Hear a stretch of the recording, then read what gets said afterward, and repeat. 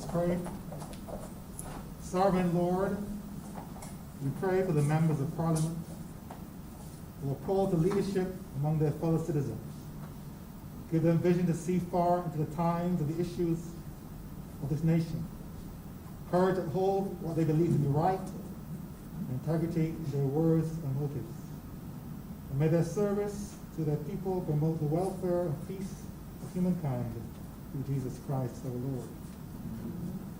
God and Father of humankind, who in your love made all the nations of the world to be a one family, help those of different races to love and understand one another better. Take away hatred, inequality, and prejudice, so all may work together for the coming of your kingdom of justice and peace through Jesus Christ our Lord. Amen. Say the Lord's Prayer. Our Father, who art in heaven, hallowed be thy name. Thy kingdom come. Thy will be done on earth as it is in heaven. Give us this day our daily bread, and forgive us our trespasses, as we forgive those that trespass against us. And lead us not into temptation, but deliver us from evil. For thine is the kingdom, the power, and the glory, forever and ever. Amen.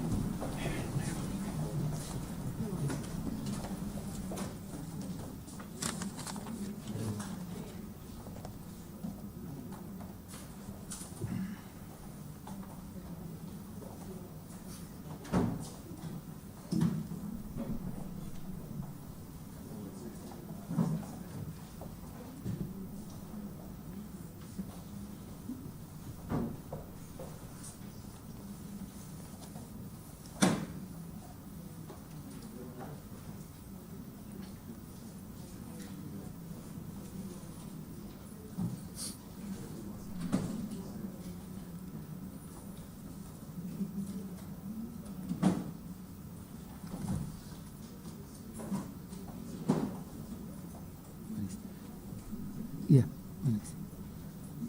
This house is in session.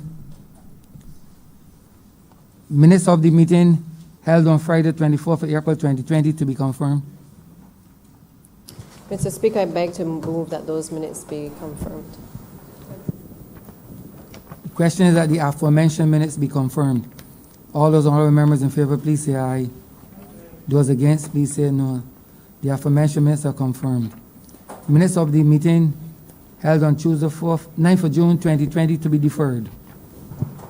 Mr. Speaker, I beg to move that the aforesaid minutes be deferred. The question is that the aforementioned minutes be deferred. All those honorable members in favor, please say aye. Those against, please say no. We think the ayes have it. The aforementioned minutes are deferred.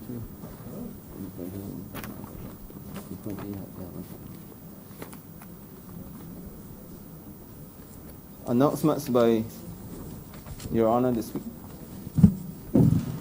Messages from Her Excellency the Governor General, petitions, papers. Mr. Speaker, I am commanded to lay the annual report of the Barbados Investment and Development Corporation for the period April 1st, 2017 to March 31st, 2018. Government notices, private members notices, notices of questions, reports from select committees, first readings of the Mr. Speaker, I beg to move the first reading of the Severance Payments Amendment Bill. The question is that the aforementioned bill be read the first time. All those honorable members in favor, please say aye. Those against, please say no. We think the ayes have it. Statements by ministers, congratulatory and/or obituary speeches, personal explanations, motions for leave of absence, oral replies to questions, notices of motions for the adjournment of the House on matters of urgent public importance, orders of the day.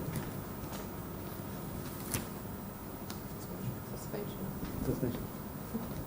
Mr. Speaker, I beg to move the suspension of standing orders 6, 16, 18, 20, 42, subsection 5, 43, and 44 be suspended for the remainder of today's sitting. Second.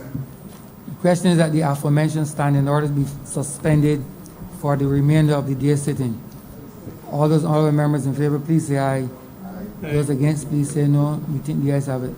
The aforementioned standing orders are hereby suspended. Government business.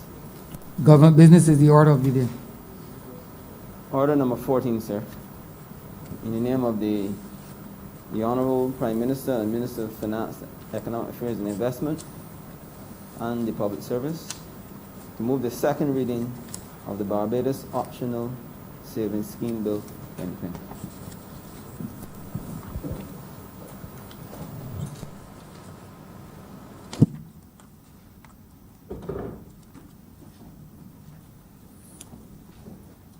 Honorable Prime Minister.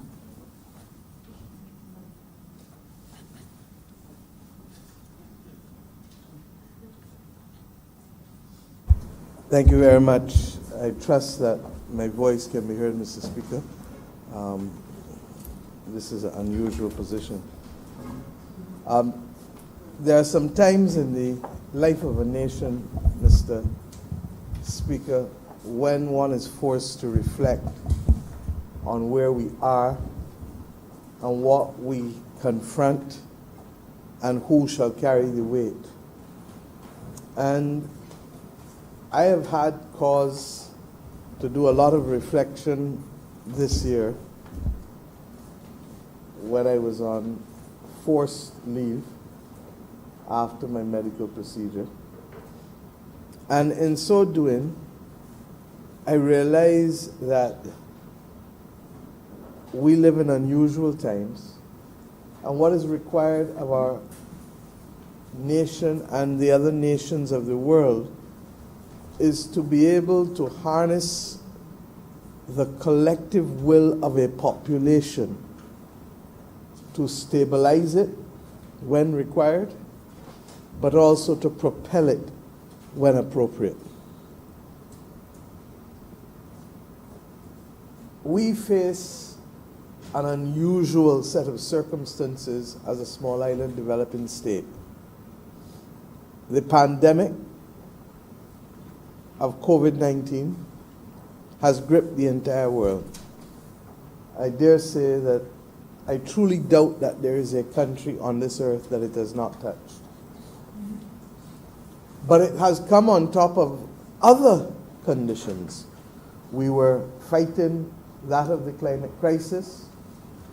Indeed, it is already the 15th of June, and unusually, the next storm to come will be the fourth for the season, in circumstances where the season got started before June 1st.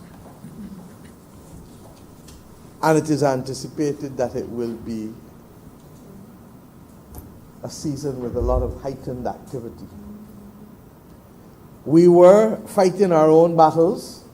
Indeed, this government was elected, and this parliament, I can say fully, was elected on a platform of being able to stabilize the social and economic conditions of this country after what has come to be regarded by all as the lost decade, which left us with the regrettable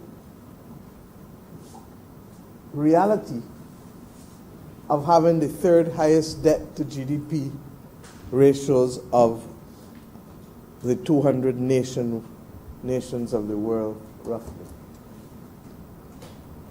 But what has given me tremendous confidence and tremendous fortitude is the Barbadian people.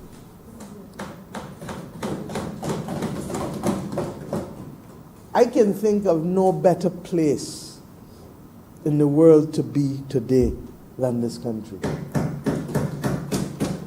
And I don't say so because I am the Prime Minister of Barbados. I'm honored and privileged to be.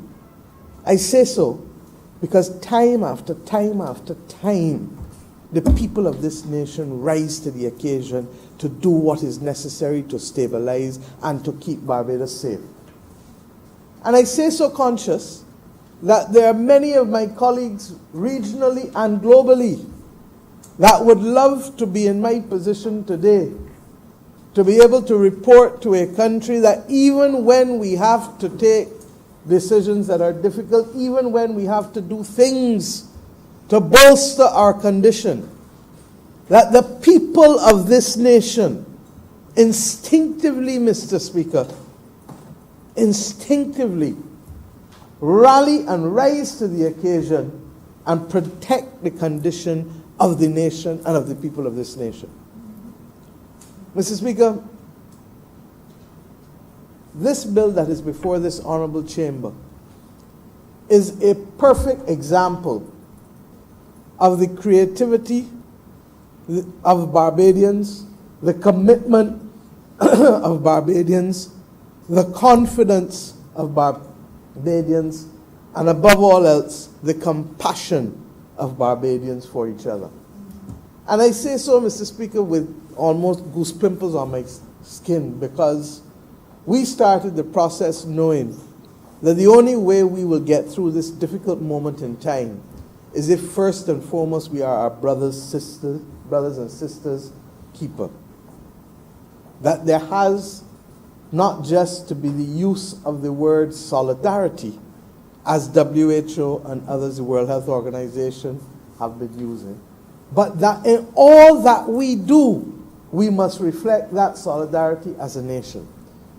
And therefore, the recognition that the government of Barbados, even as it sought to protect a large part of the public space by guaranteeing and stabilizing the employment for those who work for us, when all others in the private sphere and in the civil society sphere have had, understandably in some instances, to take decisions that they regretted taking because simply of the cessation of economic activity that had by nature to be associated with the requirements of the public health advisors in order to be able to stabilize the spread, contain it, and allow it to come right back down. And Mr. Speaker, we were able to do that. But even before that, let us go back, and I want for the record to commend the Minister of Health and the Emergency Organizing Committee who have been, Operations Committee, who have been meeting every day effectively since early January. We're now in the month of June. We're now in the month of June. And they've met effectively every day to direct the affairs of this nation under the leadership of the member for the city of Bridgetown, who has distinguished himself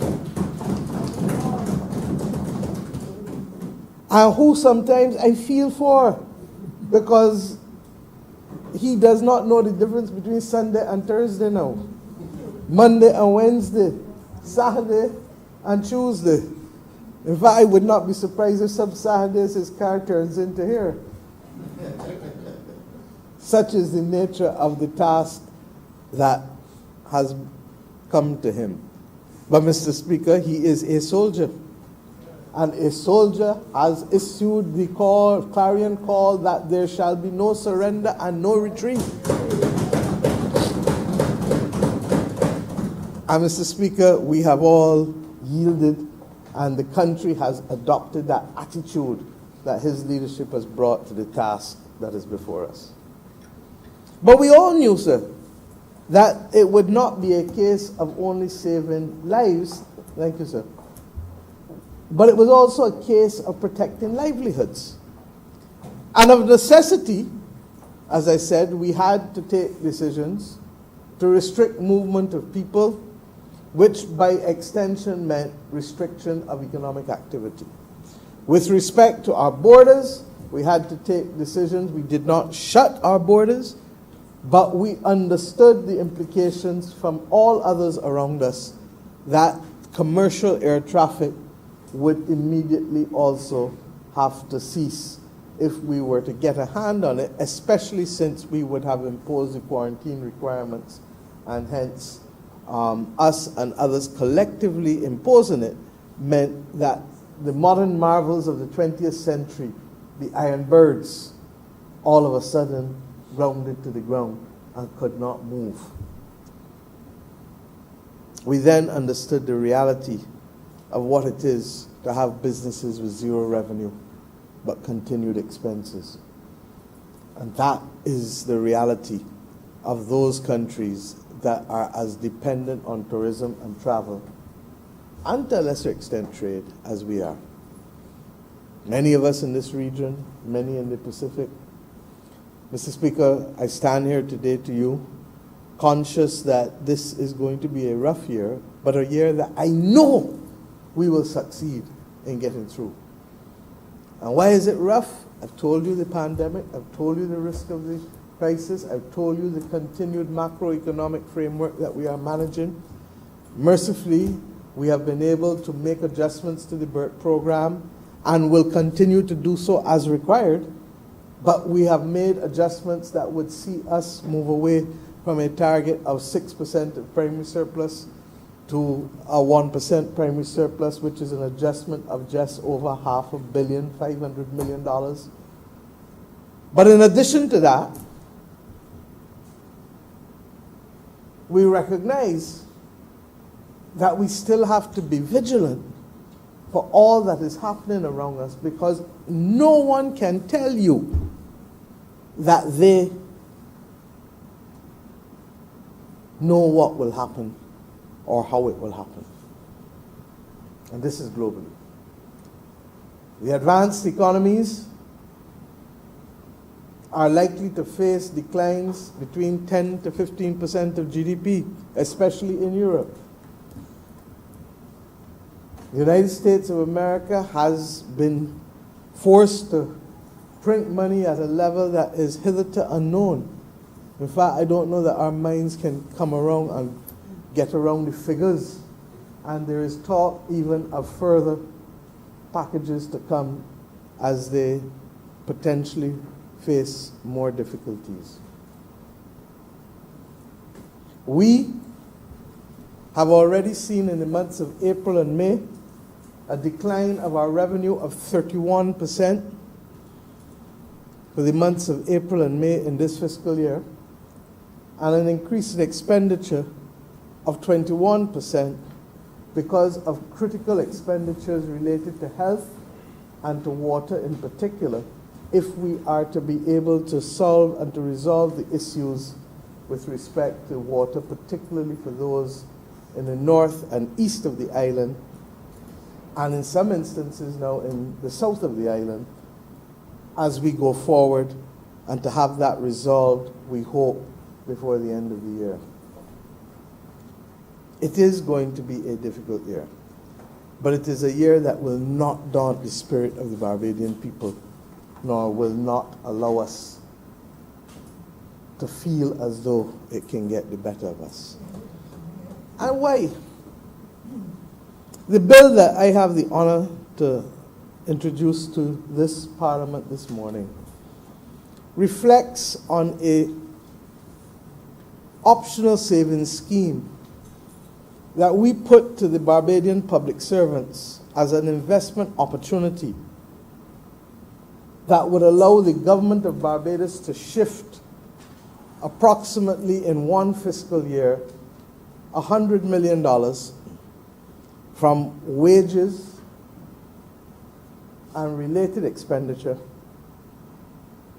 to capital expenditure, which would allow the government, or that the old Ministry of Commerce building on Reef Road, or to be able to repurpose and to build back facilities in Bathsheba for the vendors who cater and service the needs of all passing through that district, because it is still one of God's greatest creations on this earth, the view on that hill looking back over Bathsheba Bay. I don't think that my heart will ever tire of seeing that view. Or for us to execute other critical aspects, such as expanding the pace of existing IDB projects, like the ones that are intended to make sure that government buildings convert to smart energy, whether it is through air conditioners that will effectively use far less energy, or photovoltaic panels that will allow us to be able to reduce the volume of fossil fuels that we import into this country and use foreign exchange to import into this country. These are the types of capital projects that we will undertake, while at the same time facilitating for the private sector who have projects that are shovel-ready, those projects such that we can reduce the number of Barbadians who have lost their jobs since the beginning of this year because of this pandemic. Mr. Speaker, everybody looked forward to 2020 as that year that had a special zest and ring. Not just in Barbados. In Barbados, we were committed to the gathering, and we still are.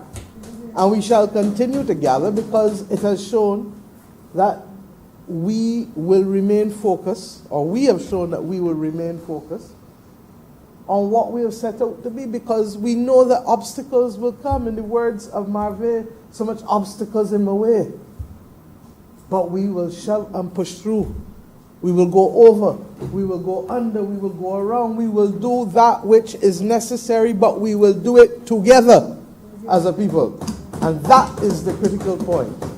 So I have come to this honourable chamber today not for a lot of long talk, sir, but first and foremost, yes, to pilot this bill, which essentially provides for a framework for Barbadian public servants to opt in or out, fully or partially, zero or all.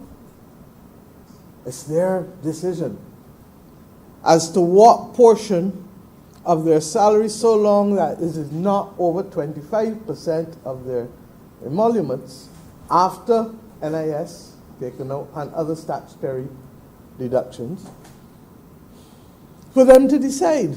Most people will probably opt to decide for the full 18 months. But there are some who may decide in shorter periods because of their circumstances.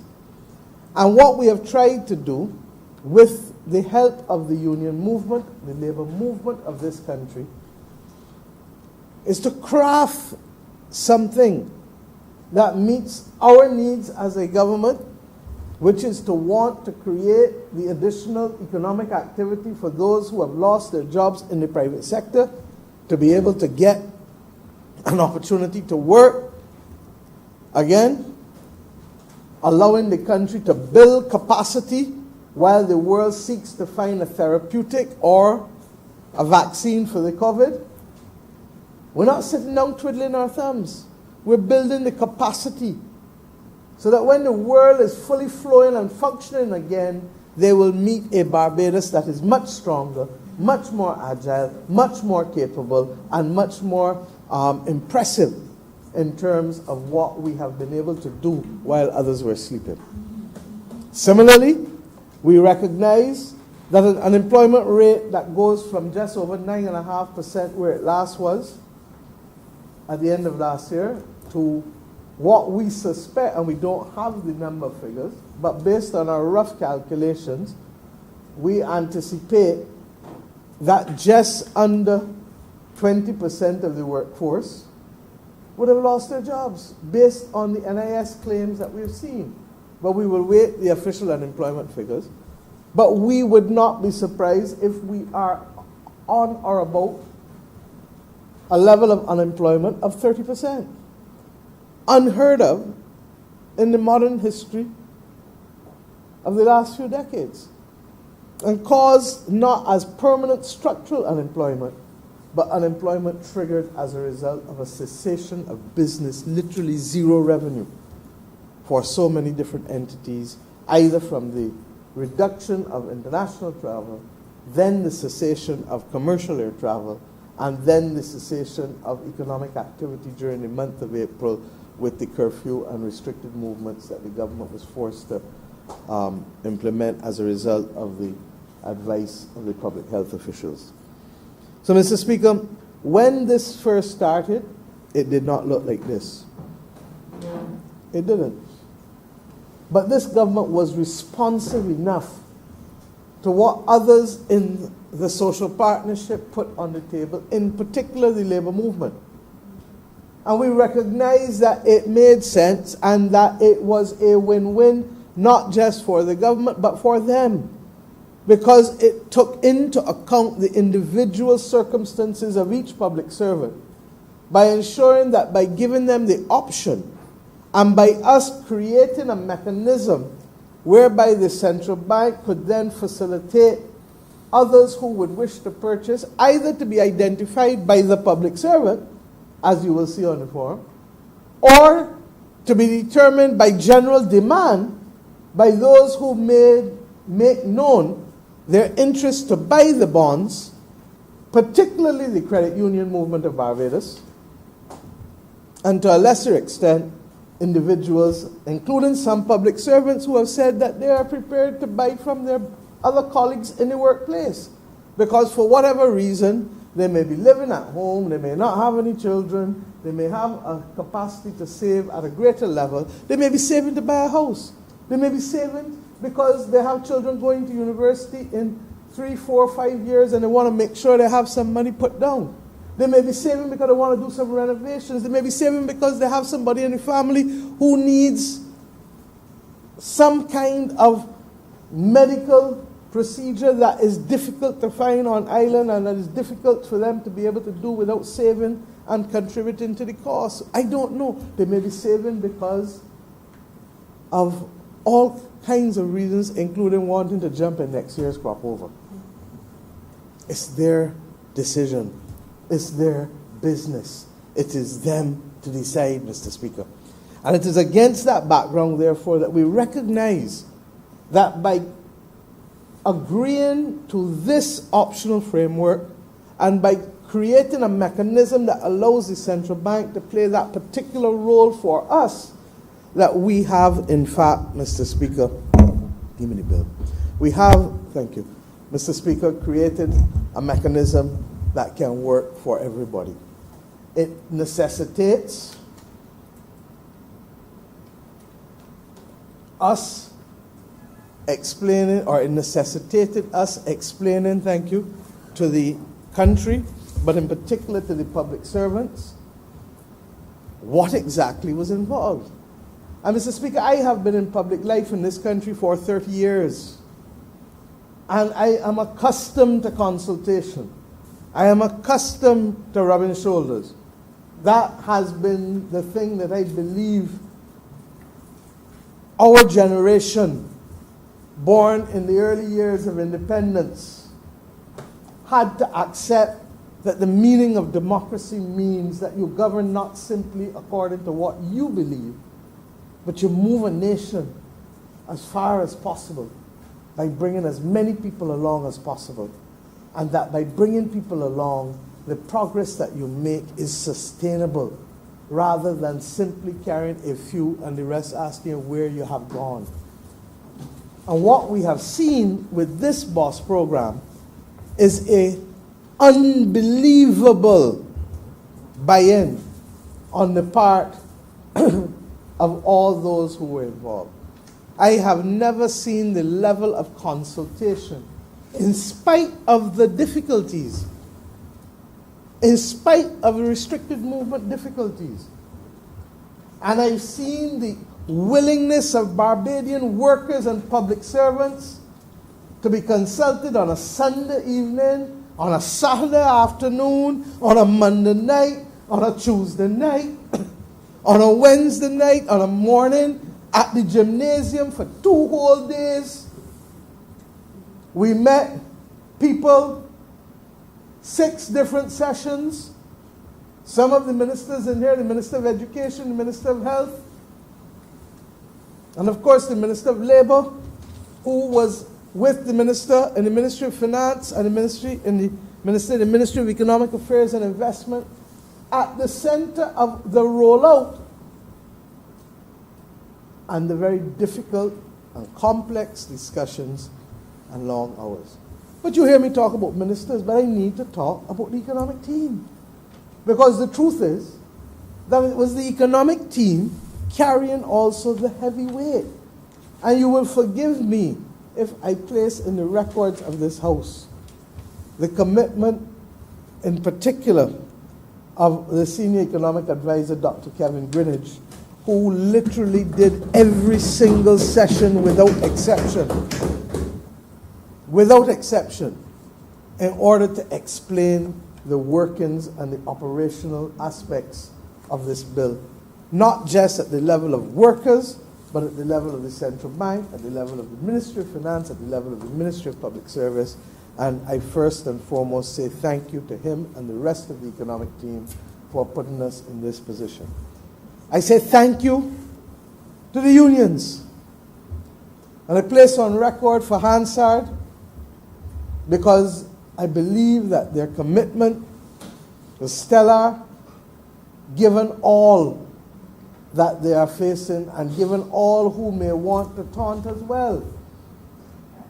The Barbados Workers Union, the National Union of Public Workers, the Congress of Trade Union and Staff Associations of Barbados, encompassing from the doctors, the Barbados Association of Medical Practitioners, the Barbados Nurses Association, the Prison Officers Association, the Police Association, the Barbados Union of Teachers, the Barbados Secondary Teachers Union, the APS and the BAPS, I forget the exact name, Association of Professional Public Primary School Principals, Public Secondary Principals. You know, you get so accustomed to calling people by the acronyms that you forget the exact names.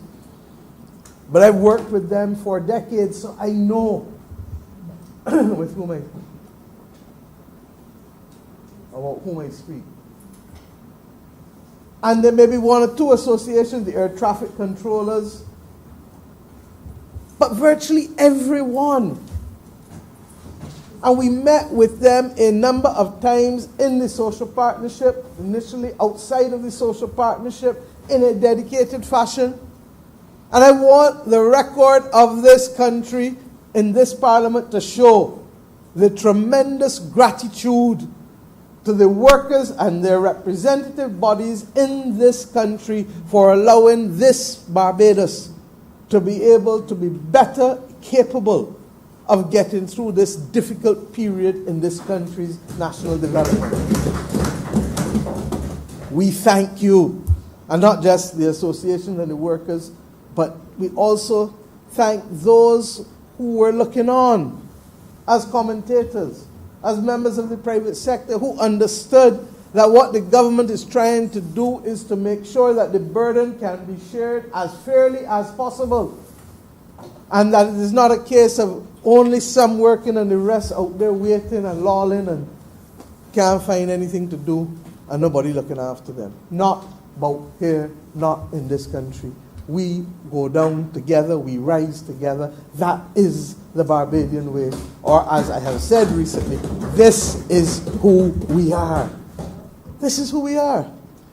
Now it has necessitated some changes, Mr. Speaker. And the bill is not a very long bill, but the bill defines for us very clearly what it is intended to do. It is sunset legislation, and the Attorney General will have the chance. In fact, today we have two pieces of sunset legislation, and typically we have sunset legislation when we only need the laws to apply for a limited period of time. This BOSS scheme is intended to last only for 18 months, and it is intended to allow workers to opt for bonds, each of them as strip bonds. Each month typically is a strip bond. So it gives you ultimate flexibility as to what you want to keep, what you want to sell. You get full money on the day that your salary is due, so that it is completely at par. And the reality is that if a person says, I need all of my money, they get it all. If they say, I'm prepared to allow X amount to be savings, that is the case. But what we did, Mr. Speaker, was to target first and foremost those people whose net pay after statutory deductions is $36,000 a year or more. In other words, you're carrying home $3,000 or more after you deduct income tax and NIS. And we did it not because we are excluding those earning below, because those earning below can choose to opt in if they so desire.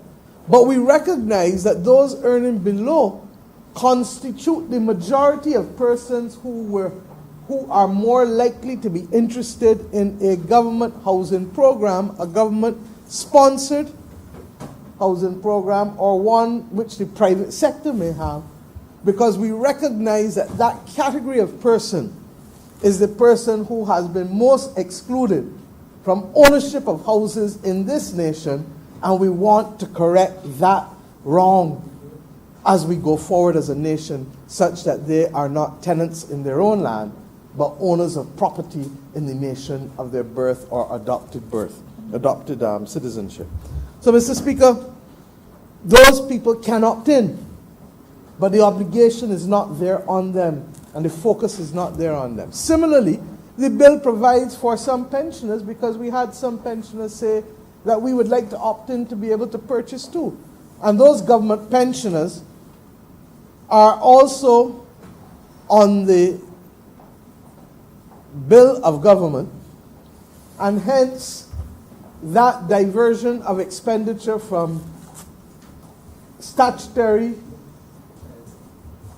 payments to pensioners would equally be diverted to the capital expenditure for which we are doing this entire program. We cannot commit to all of them, but we said to the extent that there is room, and why? Because this bill places a cap of $8.5 million per month in the number of bonds, because drunk or sober, mind your business, we now come out of a program that had us at the third most indebted nation in the world. And we have no desire, even as we stabilize, to go back there now or any time in the future of this nation.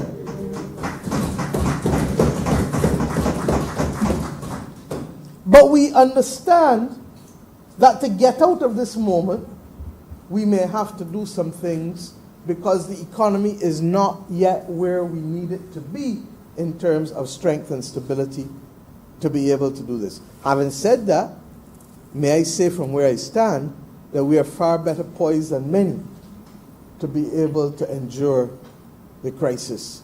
And it is largely because we took the corrective action as a nation early on, from the very onset. Within less than a week in office, this government announced to the world, 1 week after the Attorney General and I was sworn in, that we would, one, cease to pay our international debt instruments, because we were going to restructure our debt, because our reserves and our debt situation was completely unsustainable, and that when we asked once again the Barbadian people what to do and how to do it, and if they were on the journey with us, they answered virtually all to a man or woman, yes. And what hurts in a sense is that not only did Bajans, that's why I tell you that today I give this speech with a certain amount of pride and goose pimples, because this is not the first time that this government has asked Barbadians to walk with them. And the last time we asked Barbadians to walk with us, they did. And not only did they walk with us, but we achieved and continue to achieve remarkably so in the eyes of the international community, such that, Mr. Speaker, even in the middle of this pandemic, Standard & Poor's came out and gave this government a stable outlook in the middle of a pandemic as a small island developing state. There were others that were downgraded to negative. They held our rating and gave us a stable outlook. Mr. Speaker, it is an amazing statement of confidence, not in the government, but in the people of this nation. Because the combined efforts of the government, the labor movement, the private sector, the civil society, the non-governmental organizations, the churches, ordinary human beings, walking in step, this is who we are. And we thought that we were far from that moment, as I said, only to be told, go back to the start line and run it again. At this time when you're running, hold 30 pounds on each leg and 50 pounds in each hand. But not even that extra 160 pounds can stop us from not getting to the finish line, because together we shall get there. Mr. Speaker, we anticipate that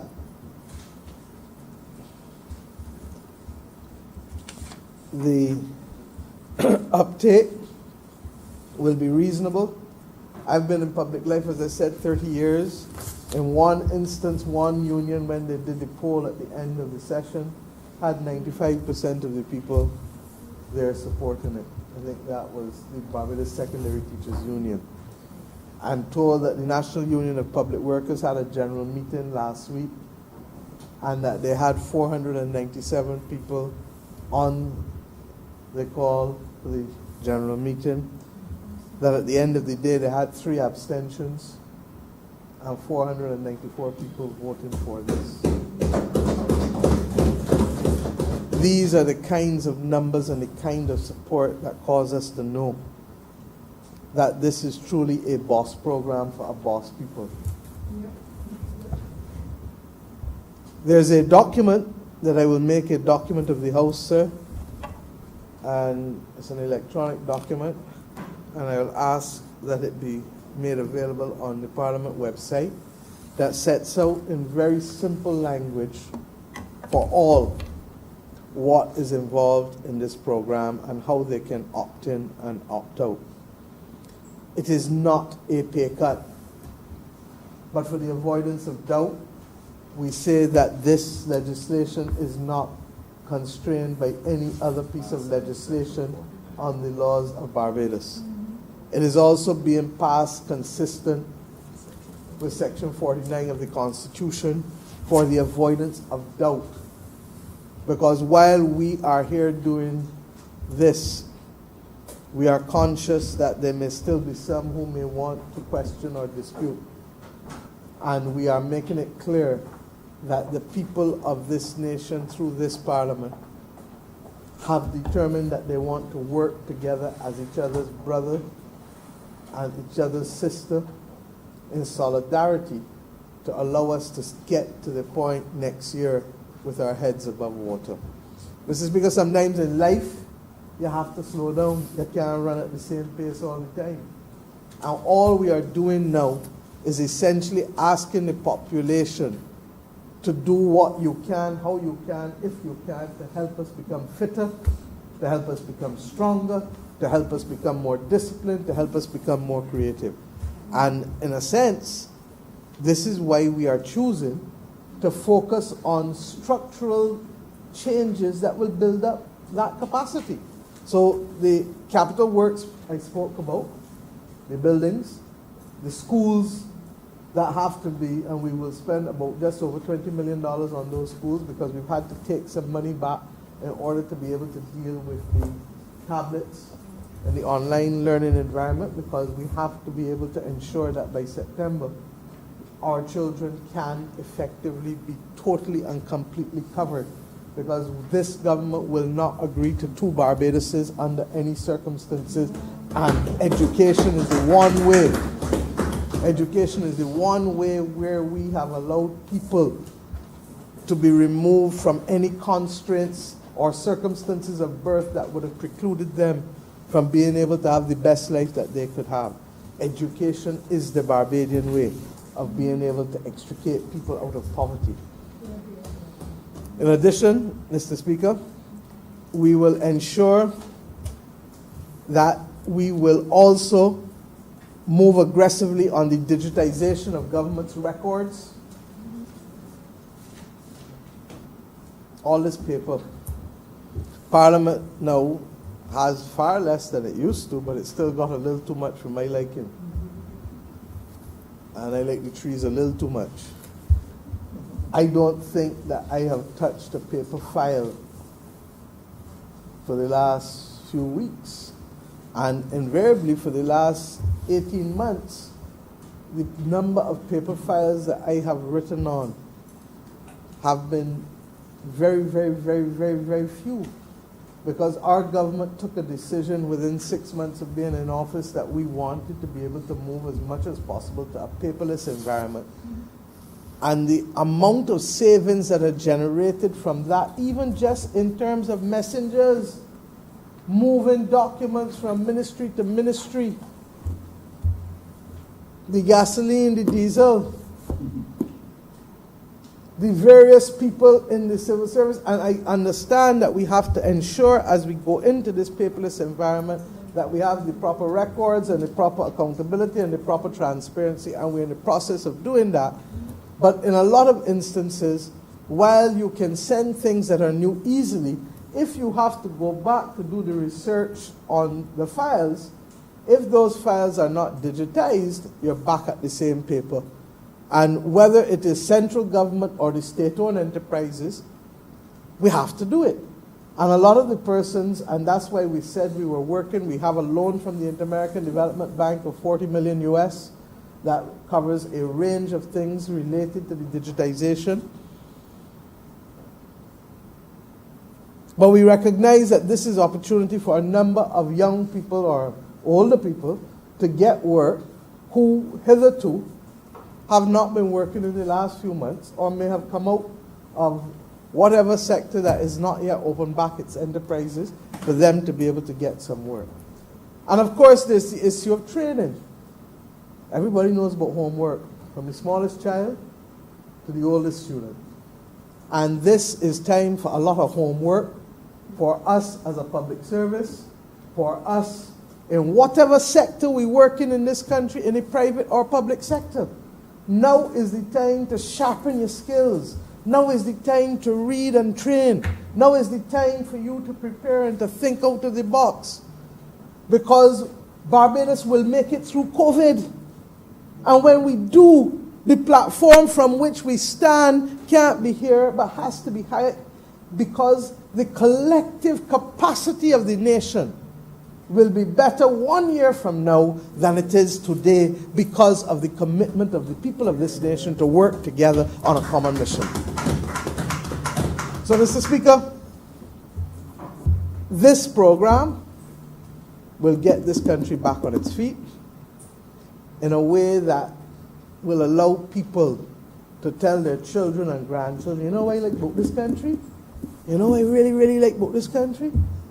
That when you're down, and the people that live around you, or that the people that is your family, or that the people that you work with, when they see you down, what they do? They come and offer a hand to help you back up. That is who we are. And I said to you that this bill does not call for a lot of long talk. The bonds will work seamlessly for those who choose to opt into the program. And we will pay attention to the detail. Today I have a meeting with the Treasury, the Central Bank, the Ministry of Finance, to go through all of the provisions again. And we're going to do a dry run, and we're going to go through it because it will work in a way that makes sense. The opportunity to interact with public servants last week also allowed me, particularly with those in the health sector, those in the police, customs, to be able to remind them and to reinforce this government's commitment to the appointment of public servants who have been languishing in acting posts for way too long. We have already done it with a number of customs officers. When we came to office, there was something called a clerical officer in the customs that had a whole set of people acting for 22 years and basically doing customs work, wearing a customs uniform and being called a clerical officer. This government made them customs officers, clerks, 4 customs officers, 4. And I thank all of the unions who worked with us, including the one known to the leader of the opposition through his senator in the Senate. We worked together to create just over 170 posts for persons who had been in there, in some instances for 20 years. We did it and started doing it with the nurses, the Minister for Health will tell you. And it is my duty as the Minister for the Public Service over the next few months to have as many people appointed in this country who have been in position for more than 3 years. This is not an idle promise. This is a journey on which we have embarked. There are those who are already on the side waving at the train, got to get off the train, and we are going to make sure the rest get off the train as far as possible. We've said that so long as there is not a negative report, there is no reason not to proceed immediately and appoint those other persons who have been acting for over 3 years. And indeed, the Director General of the Ministry of Public Service has brought to my attention that in some instances there are medical requirements for medical reports by the CMO, etc. I said, look, let anybody who is a certified doctor provide those reports. Because if we have to go back and deconstruct the system and reconstruct it, as I keep saying. Because if not, all we will be doing is letting it bottleneck and humbug people who ready and who need to go and get a mortgage, who want to get on with their lives, who want to be able to even determine if this is the correct platform for them or they want to shift. I am saying to you, Mr. Speaker, that I therefore hope and pray that this entire exercise, which has given us a chance to even reinforce those messages to the thousands of public servants with whom we met over the last few weeks, that I want them to keep faith and to recognize that in the same way others have been helped, that with the grace of God and with the passage of time, so shall they. Mr. Speaker, the same document that we have has examples, and I give you the commitment that anyone else who needs explanation or who needs to understand or who has questions beyond the frequently asked questions, that we are more than happy to provide them. But what do we hear? Mistress, a 4-year bond with 5% interest, but when I put my money in the bank, I'll be paying the bank to keep the money there. That's what the people tell us. That they're paying the bank to keep their money there. And we have done more in the last 4 weeks. And I turn to the Minister for St. George South because he will continue the excellent work on financial literacy than perhaps any other government has done in the history since independence, about bringing a population on as to how they can best manage their money and to be able to participate in a different market besides house and land. And house and land is critical, don't get me wrong. My grandfather told me from early, land don't spoil. It don't spoil. So house and land is the first investment that most Barbadians will make. But you can walk and chew gum. You have house and land and you got little savings. You can leave a little in the bank or you can leave some in the bonds. You have a combination of the two. Then there may be some other opportunities that may come up later in the year. And we've said already that we probably will have to bring a national pandemic solidarity bond, to which those persons who are not public servants will have free access to buy, rather than being forced to only buy these boss bonds on the secondary market. So that we hope to be able to create opportunities for everybody, because at the end of the day, the country needs to stabilize. Why should a teachers' credit union in Iowa benefit from the rate of return? And I want to make this document here that shows the pricing of Barbados' bonds.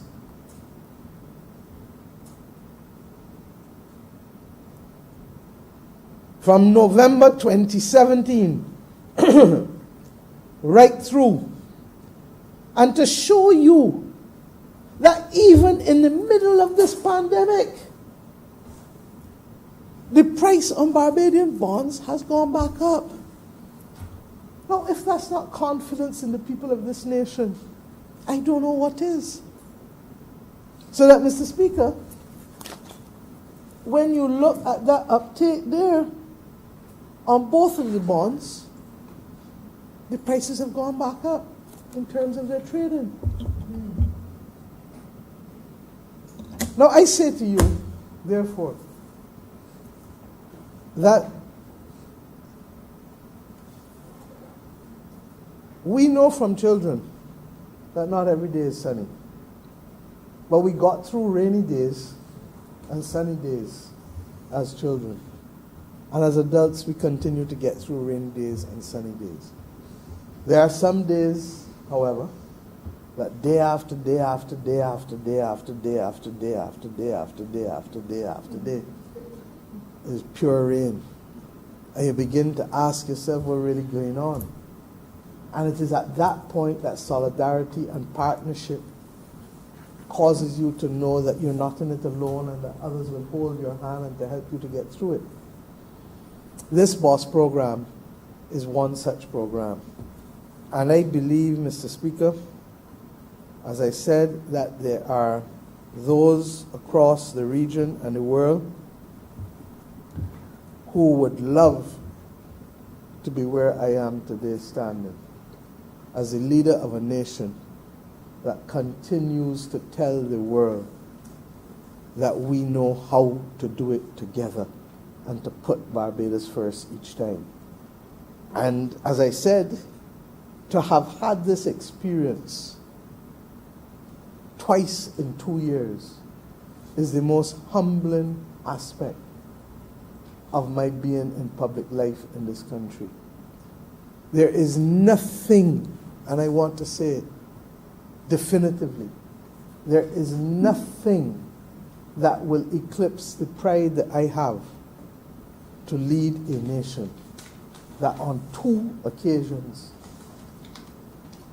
in 2 short years have chosen to recognize that their future is best working together, rising together, building together, being together, and spreading the love and joy, even as we disagree on some other issues. But when it really, really, really matters, we know how to put aside those divisions. We know how to put aside those disagreements. And I want publicly today, because I did not know, the problem with these masks is that I really believe is that it can hide identities. You don't always recognize people as easily, especially in a large room. And I want to apologize to the leader of the Democratic Labour Party yesterday for not acknowledging her presence at a meeting that we had of the social partnership. Apparently she was there. And I really want to thank her for coming and to publicly apologize to her for not acknowledging her, because I did not realize, nor did anyone tell me that she was there. Even though she registers disagreement on this proposal, I think that the issue is probably that she's not had a chance to be properly informed by Dr. Greenidge and his team. But I can arrange that for her, and if she still wants. But suffice it to say that, look, in this matter, Barbadians have spoken predominantly. We do not expect every last person, but the preponderance of opinion, the overwhelming majority of people have said, we know the country is in trouble, we are prepared to play our part, and more importantly, we want our brothers and sisters who are right now without work to be given the best opportunity to sustain their families. And if the BOSS program can do that, while still giving us a return of 5% on these bonds, 4-year bonds, then we are with you on this. I thank the unions again. I thank the public officials again. I thank the ministers again. And Mr. Speaker, I ask that this bill be now read a second time, proud of the fact that if we master this BOSS program, then I know, like with everything else, we too shall succeed and pass through this COVID. COVID will not put us down. When all is said and done, B still comes before C. Also D, by the way. But B still comes before C. And we shall conquer COVID as one people. I'm obliged to you, Mr. Speaker.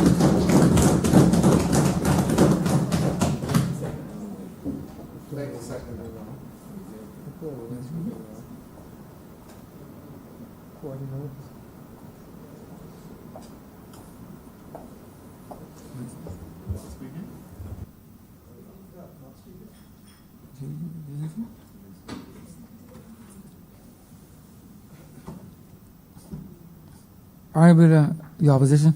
Somebody. Please turn on your mic, sir.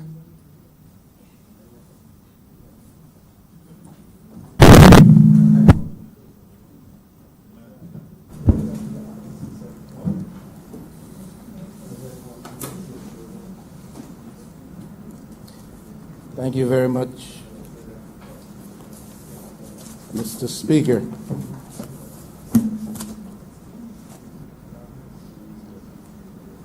I want to begin by saying I don't see my role here as to say to anybody in Barbados, don't sign on for these bonds. That is not my role. And so you will not hear me say to people, don't take these bonds. My role, as I understand it, is to put the alternative view and to help to create a fuller picture, to help Barbadian public servants to be as fully informed as possible so that each of them may make his or her choice. And that's what I seek to do. It is not good enough if we pursue the interests of the nation wholeheartedly to give only one side of the picture, to tell one side of the story, to point to what you perceive to be the positives and not identify some other considerations which one must take on board if one is to be empowered to make a mature and responsible decision in the interests of the country, but also in the interests of oneself. Mr. Speaker, for me, a cut by any name is still a cut.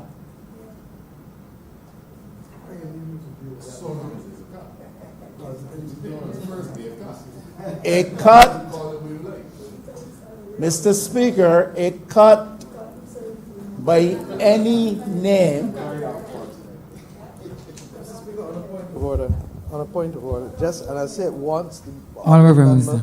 The honourable member is misleading the House, and he's entitled to live in a land of delusion as he has since the 27th or 8th of May. But this is not a cut. And a cut means that a person gets reduced value. If the person receives 100% of what they're entitled to, and if the law ensures that that is what they are to receive, as this law ensures, I'd like to pass him a copy of the bill, because I'm not sure that he's read the bill, and could you please also print a copy of the document for him? Because then he will realize that he is completely, utterly misguided, at worst, and at best, delusional beyond what is normally associated with him.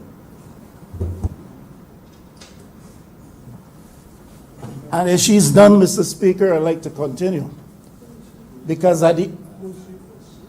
she who last spoke, the Honourable Member for St. Michael North East and the Honourable Prime Minister. So the Honourable Prime Minister can refer to me as he who is delusional, but I can't say she who last spoke. Mr. Speaker, she who last spoke. If she is done, then I will continue. Because a cut by any name, a cut by any name is still a cut. You may go to the doctor, And he may, in consultation, tell you that he has to do a little incision here. Mr. Speaker, he's planning to cut you. He uses the word incision. A cut is still a cut. Maybe designed, maybe.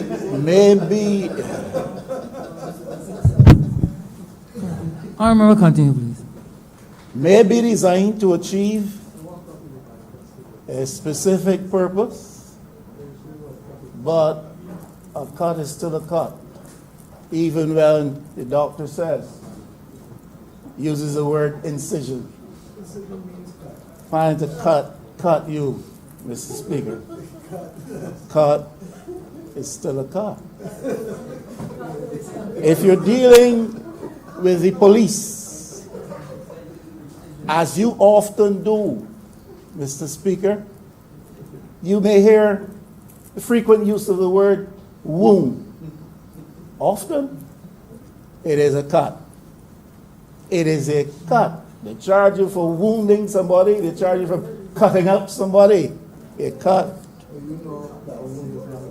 By any other name, a cut by any name is still a cut.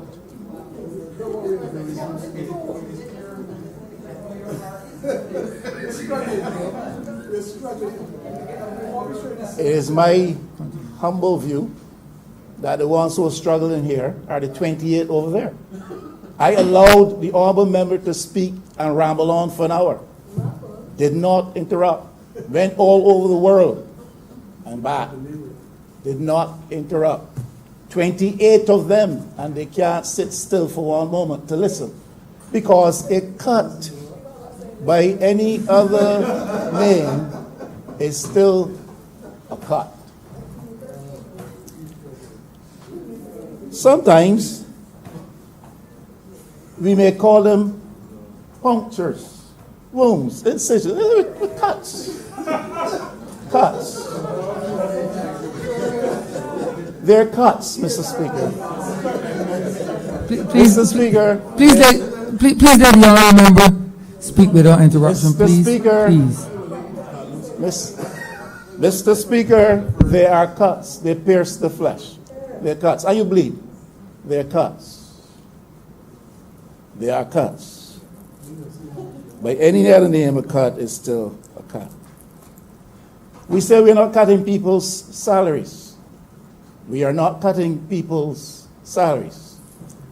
So in 4 years' time, they will get 5% interest on their investment. No reference to the change in value of money over time. Mr. Speaker, your dollar that you earn today will have the same purchasing power 4 years from now. You don't lose. You don't lose.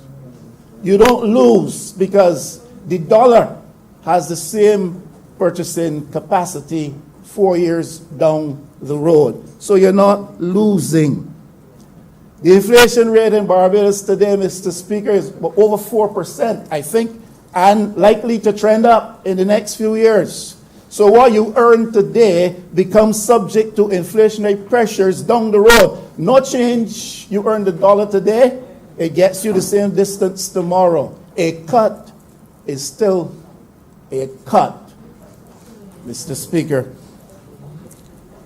Mr. Speaker, what this amounts to, this bond issue, is an attempt by the government to borrow from public servants with a promise to pay with interest a few years from now. Where does the government get money to pay its debts, Mr. Speaker, in Barbados principally? So you lend the government money today, and they promise you a 5% interest in 3-4 years from now. And in 4 years from now, when they have to pay, they will tax you to pay, Mr. Speaker. A cut by any other name is still a cut. You all can sit there and try to fool the people of Barbados. My responsibility is to paint the fuller picture. Tell Barbadians that this is a loan. not an investment for them primarily, but a loan to the government of Barbados, which when it falls time for the government to repay, it will have to tax Barbadians to repay. So you'll be being taxed on your investment gains. Because how else is the government going to be able to pay you? So you're being taxed now on your gross income. And then they take a bond off the top of your head. And down the road, 5 years from now, they have to repay you on what they call your investment. They are not saying to you that we will have to get that money from you to pay you back. Mr. Speaker, a cut is still a cut. They can jeer, they can laugh, they can mock, they can jump up, but a cut is still a cut. And I'm not telling anybody don't sign on to any bonds. I started there and I repeat it. But I am saying, know that a cut is still a cut no matter what they call it. I reckon with that, you will have to be taxed in order to pay it.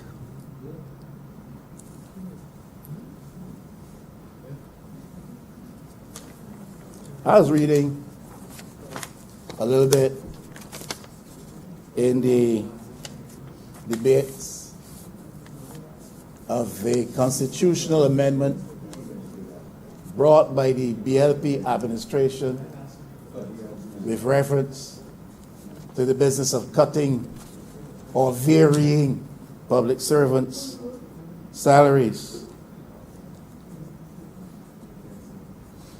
Reference is made to the judgment of the Privy Council in the case of Gladwin Ophelia King. And it underscored the precept of public servants' independence from any financial pressure that a Parliament of Barbados can bring to bear upon them. And this is with respect to their salaries and property. That is still a precept that I would like to believe we hold dear.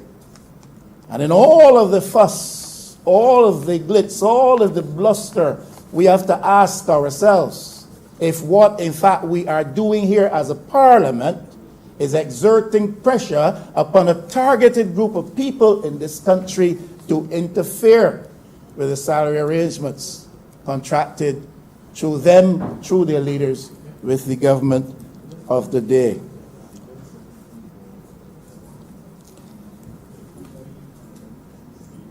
The crux of that debate, and it was a platform mounted by this government, this administration in government at the time, and that is that the salaries of civil servants shall not be altered to their disadvantage.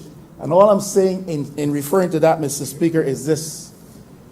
You may not reduce my pay from $10 a week to $5 a week. That is an obvious cut. But if you put me in a position, where my $10 is perceived by me because you have so instructed, because you've so encouraged me to believe, that $10 is perceived to be an investment, and 4 years from now, I find the returns are not what I thought they would be, because the value of the money is not the same, because I'm being taxed at that time to pay myself for that investment which I made. If at that time inflation has trended upward and therefore the dollar doesn't stretch as far because prices are higher, what you have done is put pressure on me to put me in a position where my money earned is not, the money which I earned or expected to earn is not what I thought it would be. You have put me at a disadvantage. Now they can deny that all they want. Simply saying, civil servants must consider whether or not, even if they take up this quote-unquote option, whether or not 4 years from now they have not been put in a position of disadvantage, because you have to be taxed to pay it, because inflation kicks in, because the value of the dollar has changed over time, and because you're paying for your earnings out of your own pocket, if you understand what I'm saying, Mr. Speaker. Now that is putting people at a disadvantage. And the crux, Honourable Member for St. James North. Mr. Speaker, I rise on a point of order. The Honourable Leader of the Opposition is misleading the House. The Honourable Member is putting himself in the position of a clairvoyant. I know he might be a bishop, I see. I don't know how anyone knows what's going to happen in 5 years' time. But the fact of the matter, sir, the historical facts are that the Barbados Labour Party government, of which he was then a member, of course, prominent member, not only, in fact, did not raise taxes to repay the 8%, which was deducted from every public servant's salary under a Democratic Labour Party administration, not only did not raise taxes to repay that, but in fact paid back those public workers the emoluments that had been deducted, even after the same case that he just quoted of Philia Kingser. That is not the record of the Barbados Labour Party, to raise taxes to repay public servants whose salaries were deducted or who have invested in government bonds. So, as I said, he has put himself in the position of being a clairvoyant. In other words, he's now playing God to know what will happen in 5 years' time. I know he's a bishop, but I didn't know that bishops had that power as well. So. But what I'm saying is, what I do know is that it is going against the historical record of the Barbados Labour Party in government to be making the suppositions he's making, sir, and he's misleading the House, and he's really being unfair to the people of Barbados, who have clearly shown that they agree. I mean, if out of 500 people, 497 votes, sir, I mean, we're all politicians. We came in here by the votes of the people of Barbados. And if 497 sir, public workers, members of the Barbados Public Workers Union vote, 3 abstentions, sir, I think he's being unfair, sir. And I wouldn't want to say treasonous or unnationalistic, sir. Making a speech. But I think the Honourable is misleading the House. Continue. Honourable Leader of Opposition, please continue. I really, Mr. Speaker, Honourable Member, continue. I am continuing. Sir, I really apologize on behalf of the Honourable Member for that unfortunate delay of the House.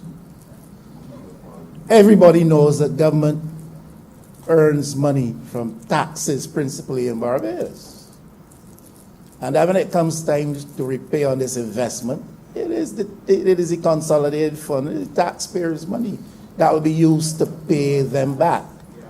And I am no clairvoyant, sir. I am simply saying, if you look at the indications, right now, it is very likely that you're going to have problems with inflation.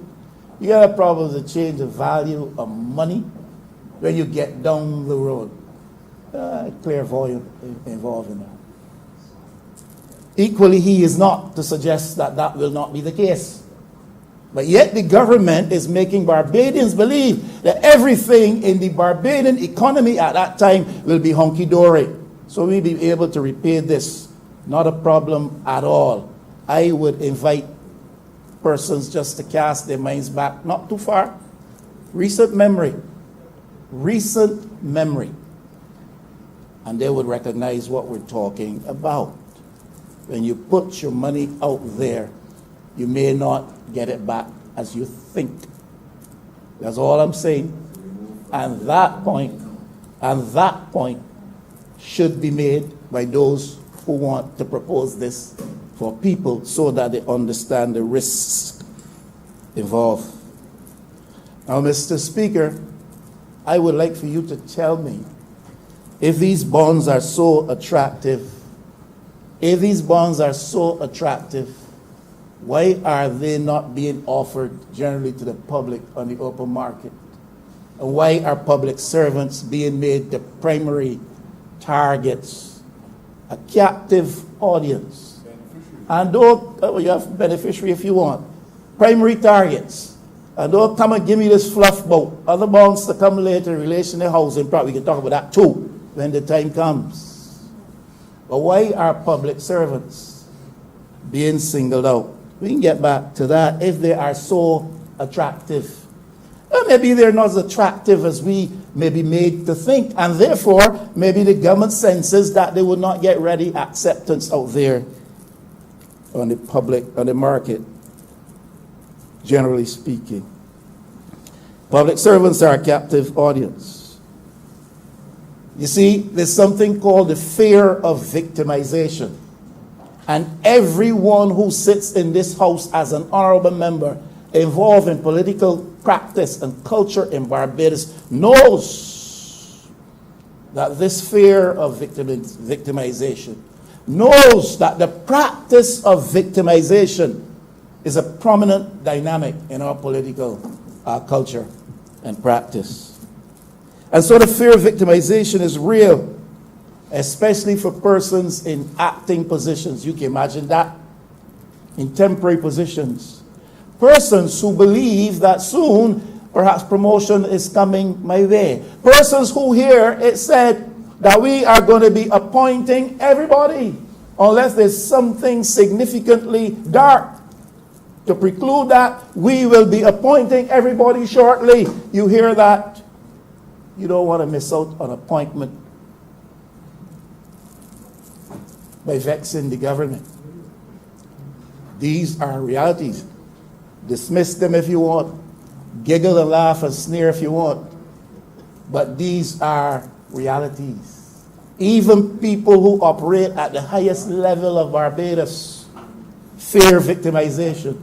Even people who are not part, centrally so, of the political process in Barbados fear victimization. A lot of professional people out there fear victimization, especially in a context where you have a government with this kind of numbers.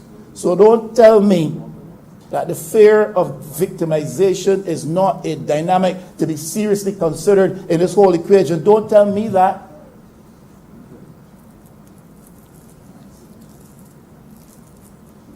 People feel vulnerable and people feel pressured.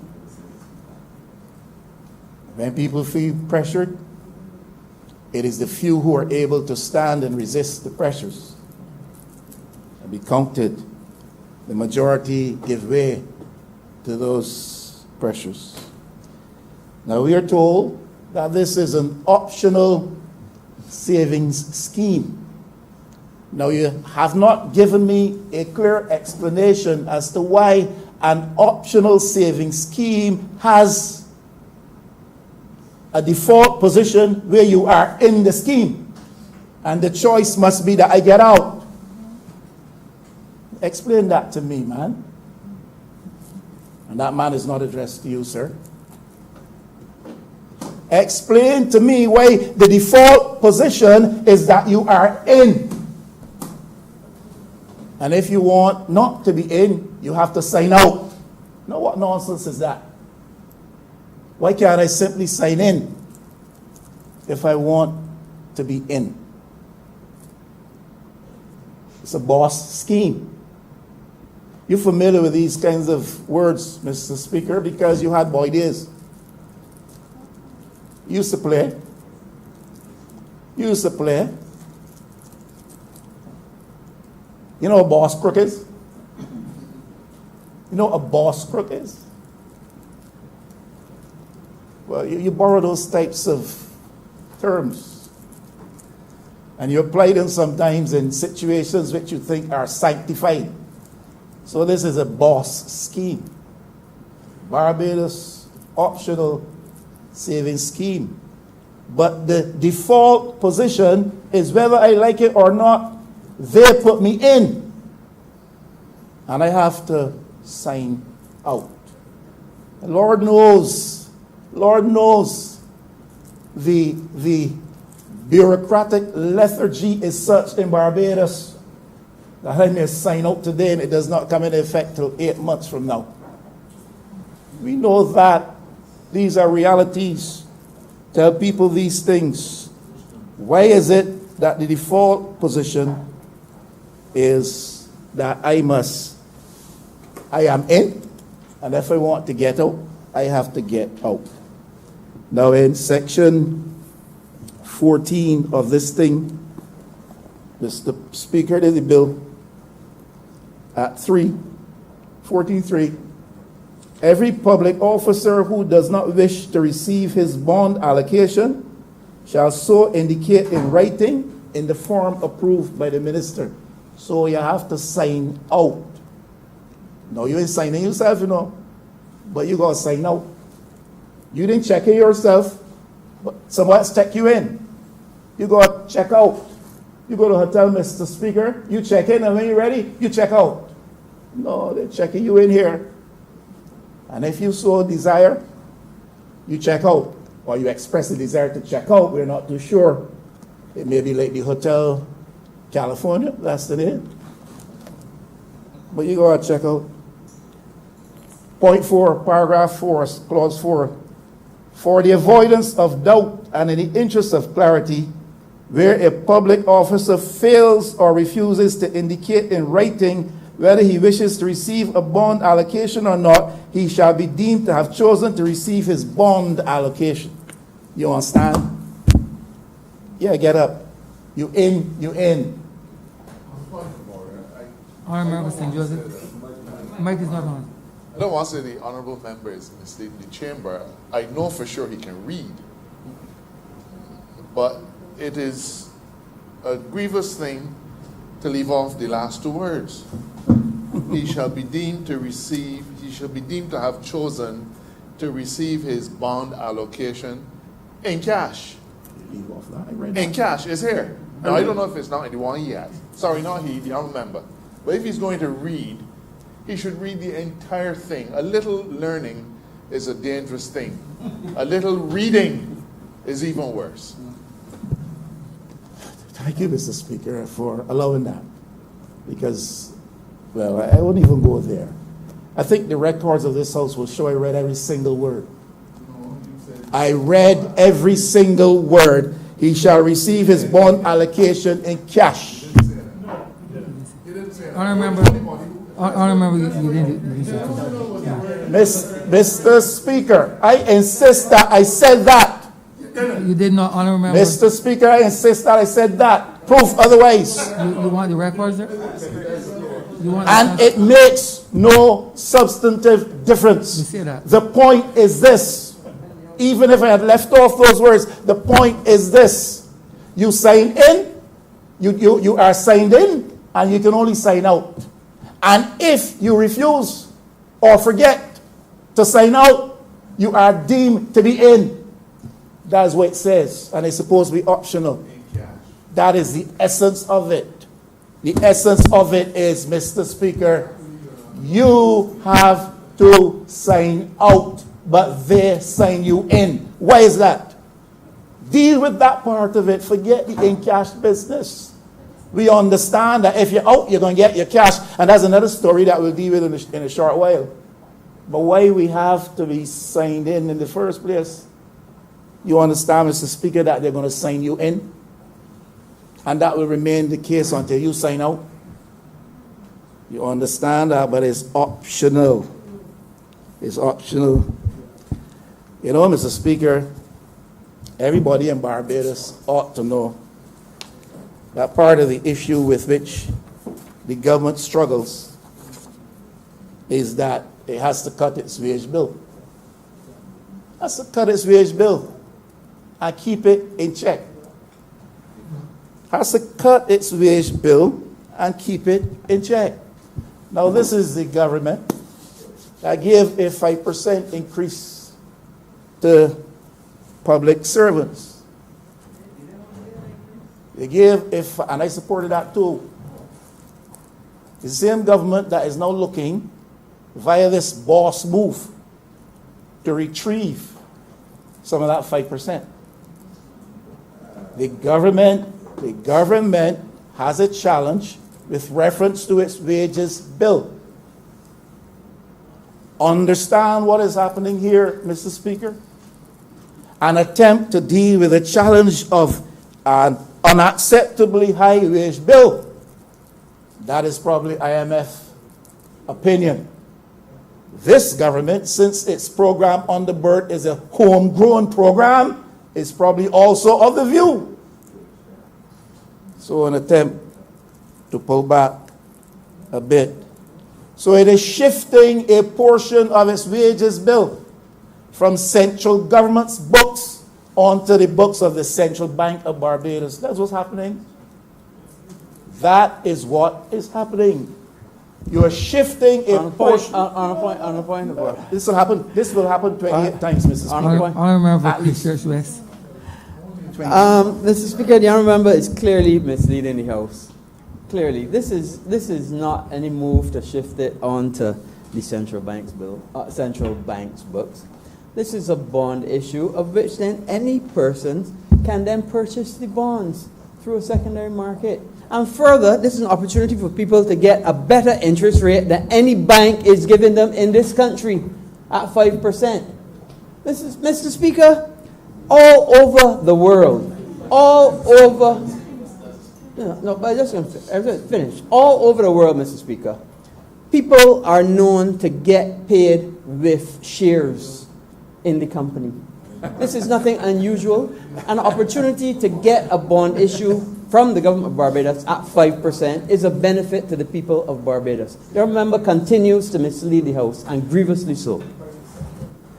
Well, you know, Mr. Speaker, maybe your member, and I like to engage him in debate, because I know he's coming from an honest position. He's often wrong, but he's always honest.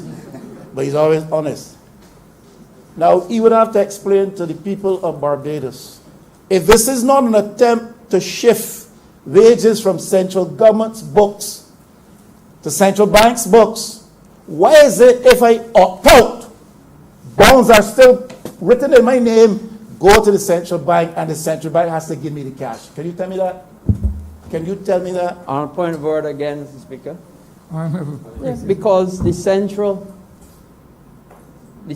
bank acts like a broker. It's a clearing facility of which other people can come and purchase. It is not on the central bank's books. Mr. Speaker, there's no need for any broker.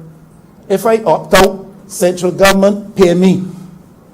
No, but bonds are still issued in my name, and I have to get paid through central bank accounting. Is that not true? Why is that? That is not true.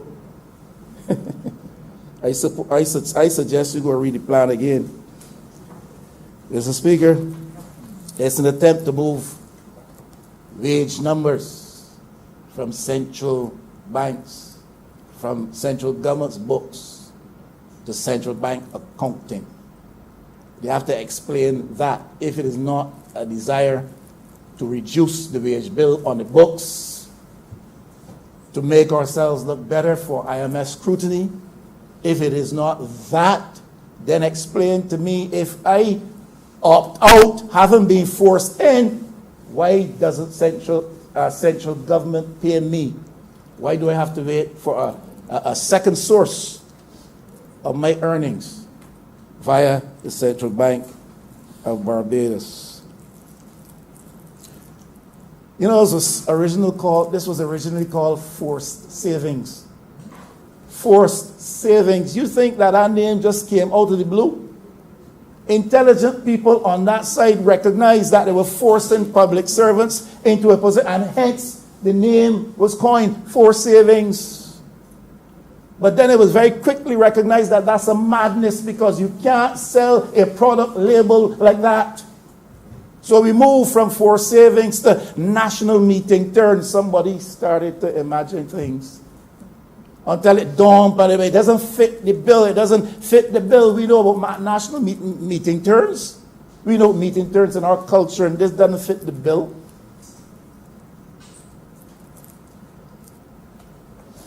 So eventually, in order to market this, to sell this to public servants, we say it's a boss scheme. A boss scheme that emanated somewhere in a boss mind. And now we have the Barbados optional savings scheme is because it is forced savings. That is why we have the default position at in, and I must try to get out. It is a response to government's challenge on expenditure relative to salaries and wages. Central Bank of Barbados is being used to finance civil servants' pay. The Central Bank of Barbados is being used to finance the pay of public servants, because it makes for better bookkeeping for central government. Central Bank now has to help you meet your current expenditure. Another criticism of the last administration, that they relied heavily on the central bank to help them meet recurrent expenditure. This is exactly what this measure is doing, is achieving. It is helping government to meet the recurrent expenditure vis-a-vis public servants, a portion of public servants' salary. So you criticize the other administration for using the central bank to help meet current expenditure, print money to pay civil servants fully. You haven't gone quite there yet, but you're doing the same thing. You're getting the central bank to pay a part of salaries expenditure on behalf of the government. Prime Minister Sandiford wanted to achieve a similar thing with respect to public servants' salaries. Early 1990s. The situation was different, but with respect to public servants' wages and salaries, position was the same. He needed to save some money. I was trying to read it. I think I saw he needed to save about $114 million. This government is telling us is what, 120, 122, 125, not far apart. A similar thing. The difference is this government is marketing its message and selling its product much better than the Sandiford administration did. It's the same exercise with respect to this. We want some space with respect to the expenditure attaching to civil servants' pay in Barbados. And so we are achieving, hopefully, the same thing he did, using, similarly, the method he sought to use when he cut salaries. He cut salaries. He cut salaries. Now, I saw somewhere in here that there's a ceiling on this per month with respect to the bonds, $8.5 million per month, I think I saw, for 18 months. When I do the maths, and somebody has to explain because I'm sure I'm missing something. When I do the maths on 18 months at $8.5 million, I don't get any $122. I get $153 or something so million dollars. So maybe my unlearned mind is not capturing something there. But I see 8.5 listed in here as a ceiling for any month. We reach $8.5 million. Even if you want bonds, then you can't get them for that month. And 18 months at 8.5 comes up to something like 153 million. And that 8.5 million thing is stipulated in section 7. I think section 7 of the bill. Not sure, but it can be checked. It also states, Mr. Speaker, that, and this is interesting, and I saw that this, maybe I missed it early, but this was something that seemed to be emerging relatively late. Because I recognize that in addressing the matter of those who fall below the 36,000 threshold, who want to opt in, they can opt in at any level. It's up to them. But you can't go past 25%. And that 25% does not only apply to them, applies to everybody. So when you opt in, no, I shouldn't say when you opt in, Mr. Speaker, when you refuse to opt out, When you refuse to opt out and you're kept in, you can go to 25%. You don't have to settle for 70% or 18 or 19. And I wonder who there might be out there. I wonder who there might be out there that are willing to invest to that extent. That is also in the bill, section, the maximum value of bonds to be issued for the purpose of paying a portion of the emoluments to public officers or temporary employees shall be 25%. It is section 8, and it is on page 8 of the bill. Now, the debt restructure in Barbados in recent months has left, I hear the Prime Minister, the Honourable Prime Minister, referring to confidence overseas. I've heard this. I heard this from the Honourable Member for Christchurch East Central some time ago. I don't hear any indication of confidence on the ground at home. I hear today about somebody somewhere in some part of the state, and I've heard it expressed by the Honourable Member for Christchurch East Central previously, as I said, that the Barbados bonds are very attractive to people overseas, and the price is right, value is rising. And I don't hear references to local confidence in the domestic market. And I want to know how credit unions really feel about this, because they suffered some of the strictures of the restructuring, lost to about $30 million or so. I want to know how the banking sector really feels. I hear a lot of statements being bandied about this boy is on board and this boy is on board and these bonds are attractive. The banks want them, the credit unions have no problem. I don't know about that for sure. That might be wishful thinking on the part of some. But if there's confidence on the ground at home, please give me some indication as to where this confidence is reposed. Because from what I read out there, the debt restructure experience has left a loss of confidence in government securities. This government has rendered itself subject to a position now where its recourse for borrowing is through the institutional lenders, the IDB and the CDB, and of course the IMF. And these are the people who are lending us stuff now. There's no confidence, certainly in this domestic market, in my view, for these bonds. And perhaps that's why they're forced savings upon a captive audience, the public servants of Barbados. That's where I'm coming from. Perhaps the Honourable Member for Christchurch West can tell me this as well. He's a lot more learned than I am. And I want to know why the maturity date on these bonds, Mr. Speaker, extends to the 4-year period. I want to know why 4 years. Was it magic in 4 years?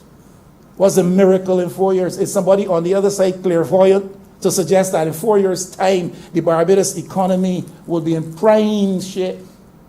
And therefore, that's the best time to repair. Some measure of clairvoyancy on the other side suggests that that is why this date is chosen. Why 4 years, Mr. Speaker? I'll tell you what a political mind might think. And the political mind might be wrong, but I'll tell you what it might think. And I'll tell you what public servants need to consider. 4 years from now is just beyond the constitutional election date in Barbados. 4 years from now falls beyond the next constitutionally due election date in Barbados. Why are these bonds subject to a 3-year maturity period? Thank you, my man. Why are the bonds not subject to a... You're asking people to invest over the next 18 months. Why are the bonds not subject to a 3-year maturity? They have to ask the question. Because the full story full picture has to be painted so people can make an informed decision. Why 4 years from now? Because that date falls beyond the next constitutionally due election in Barbados. And if we reach that date and this administration happens to win the election, it is then beyond the sanction of the electorate if it does not pay these bonds when mature.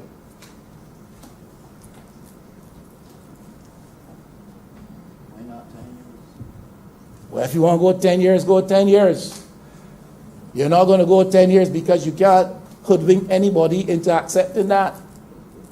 But I'm saying conveniently, we can locate this maturity date 4 years from now because it is just beyond. What if it was 10 years? Because it is just beyond the next election date. And therefore, should you win, and the Barbados economy be somewhat in jeopardy or on the rocks even, or God forbid, there's some event that triggers hardship again in Barbados and put government's finances on the skid, you are now beyond the sanction of the electorate. Mr. Speaker, that's a reality. That is a reality. That is a reality. Barbadians will not forget that this government came to office. And we're not here discussing the merits of the action that the government took. But this government came to office. And shortly thereafter, there were layoffs. And shortly thereafter, there was increase in bus fares. And shortly thereafter, there was increase in a whole set of other taxes. Shortly thereafter, there was a restructuring of debt such that people felt pain, even at the level of pensioners in Barbados.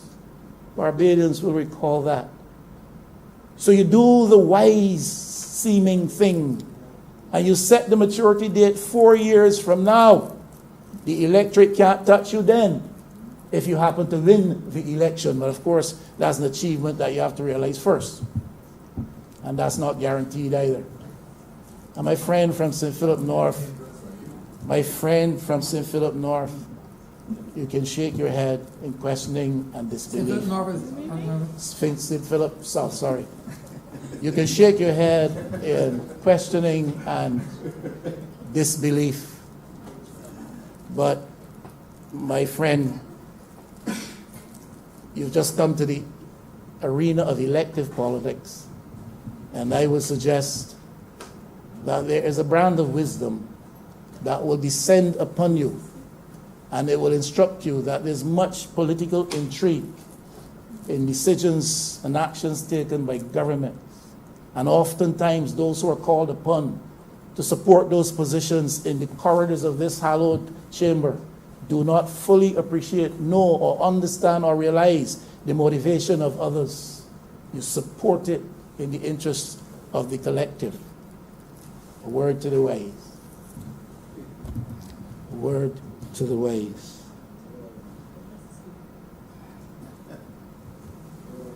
So just like they raise taxes, just like they raise bus fares, just like they laid off people in the first year after election, just as they restructured debt on the premise of what they perceive to be absolute necessity, critical necessity. The question is, what becomes of this investment in these bonds 4 years down the road if we're facing issues in Barbados? Simply put, it is not as easy, breezy sailing as the government would want us to believe to accept these bonds. You have to weigh the pros and cons and see where you're prepared to put your foot. Mr. Speaker, the money raised from this has to go somewhere. I personally don't like where it's going.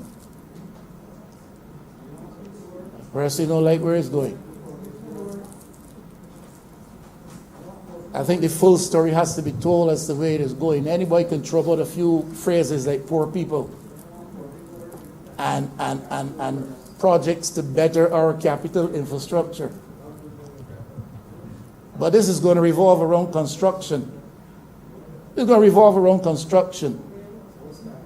Mr. Speaker, you know you're not in construction, you know. You don't own a construction company. You don't even know the difference, perhaps, between a chisel and a hammer. I think you were rather wrong, Honourable Member.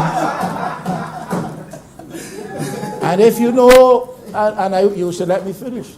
And if you do know the difference, you're not certain as to their respective functions. You're still very wrong, Honourable Member.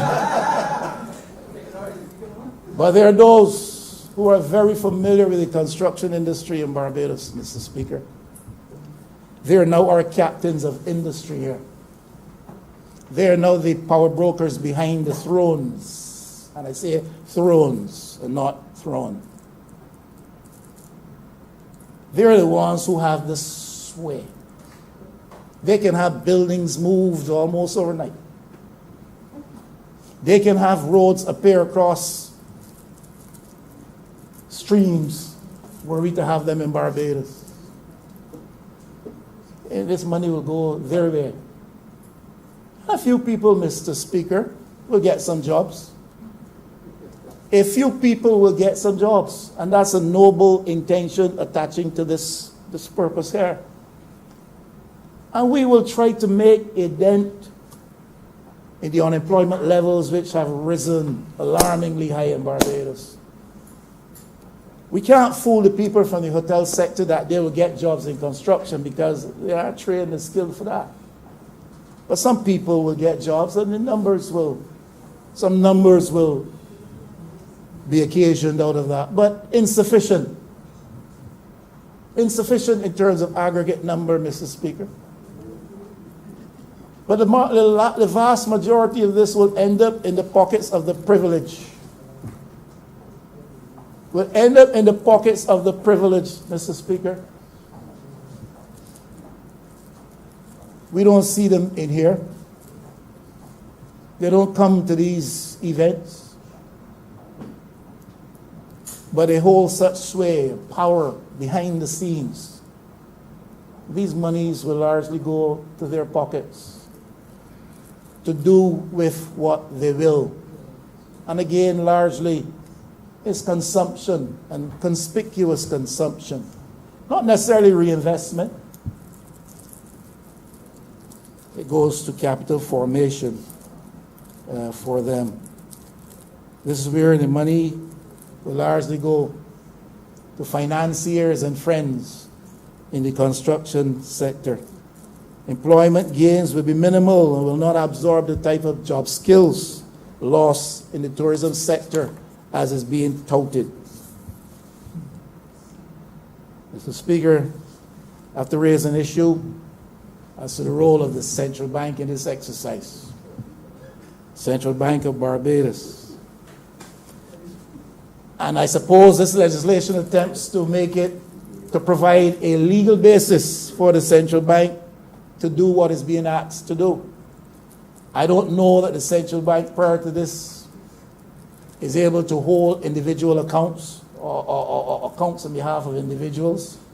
I think there was some public furor about that with respect to one particular individual not too many years ago. You would know what I'm talking about, being a legal man yourself.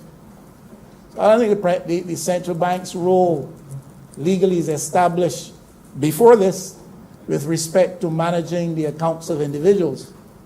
They do, I think, have some authority to invest in government securities and other securities, and I suppose that is what the government intends to have them do with respect to this matter. A new authority for the bank to hold accounts on behalf of individuals. We have to be careful as to how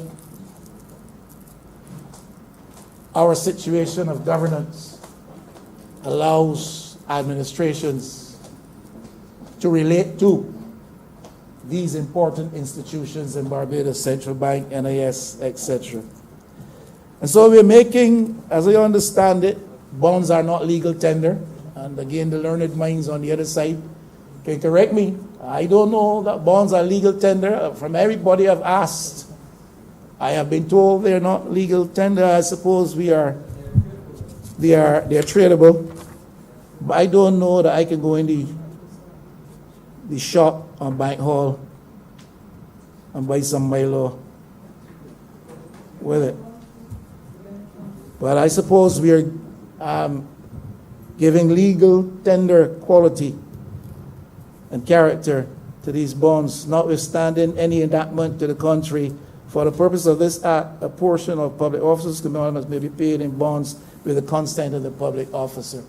And the lawyers in here who are very well schooled and who make absolutely no mistakes about anything will tell us that they are established under law as being legal tender, because the government does not want to engage in the practice of making the law in Barbados through this institution and then flouting the law in Barbados through this institution.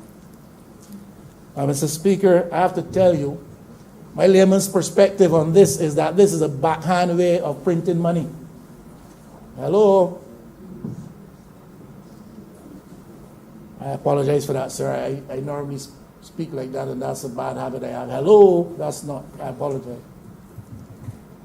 But I have to tell you, my layman's mind tells me that this is a backhand way of printing some money. So we criticize the other administration for printing. But we seem to be, yes, I did too. So we seem to be doing a similar thing, a backhanded way. Because the central bank is now being asked to pay public servants wages.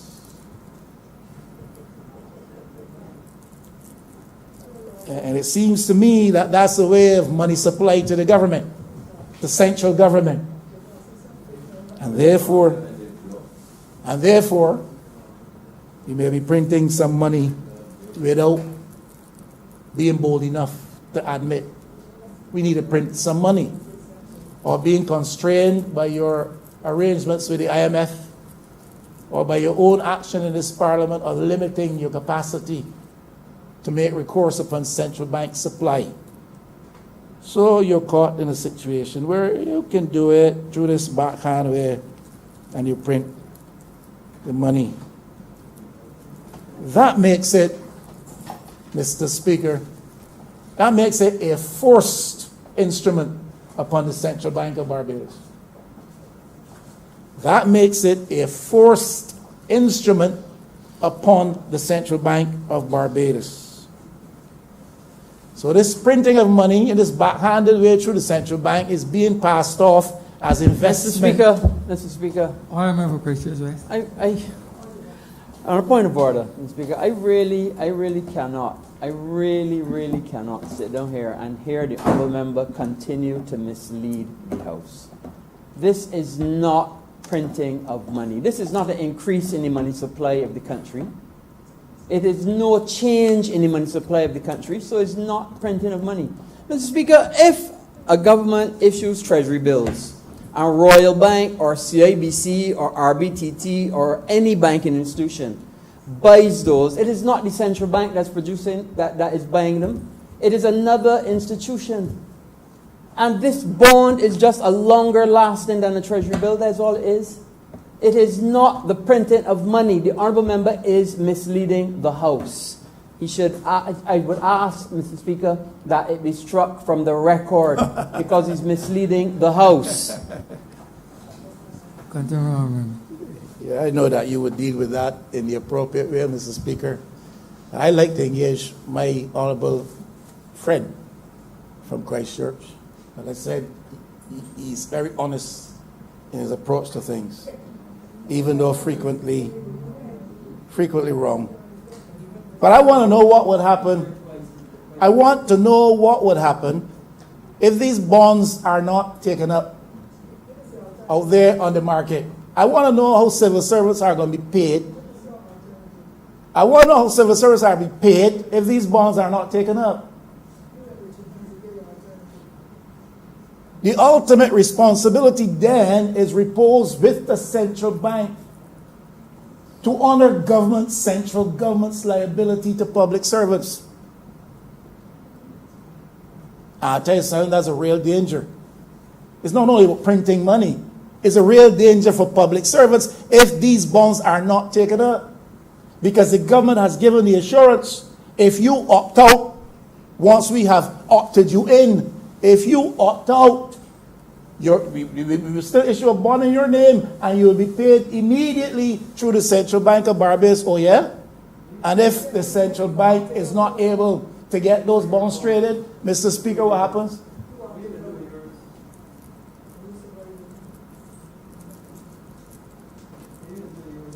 The question is not what I'm going to do with mine. I've already made that determination. That's not for me to say here. The question is, what will each of you do with yours? Because I know that in your heart of hearts, there are some of you who see this still as for savings because you would prefer not to go into this. You are doing it because you are part of a collective.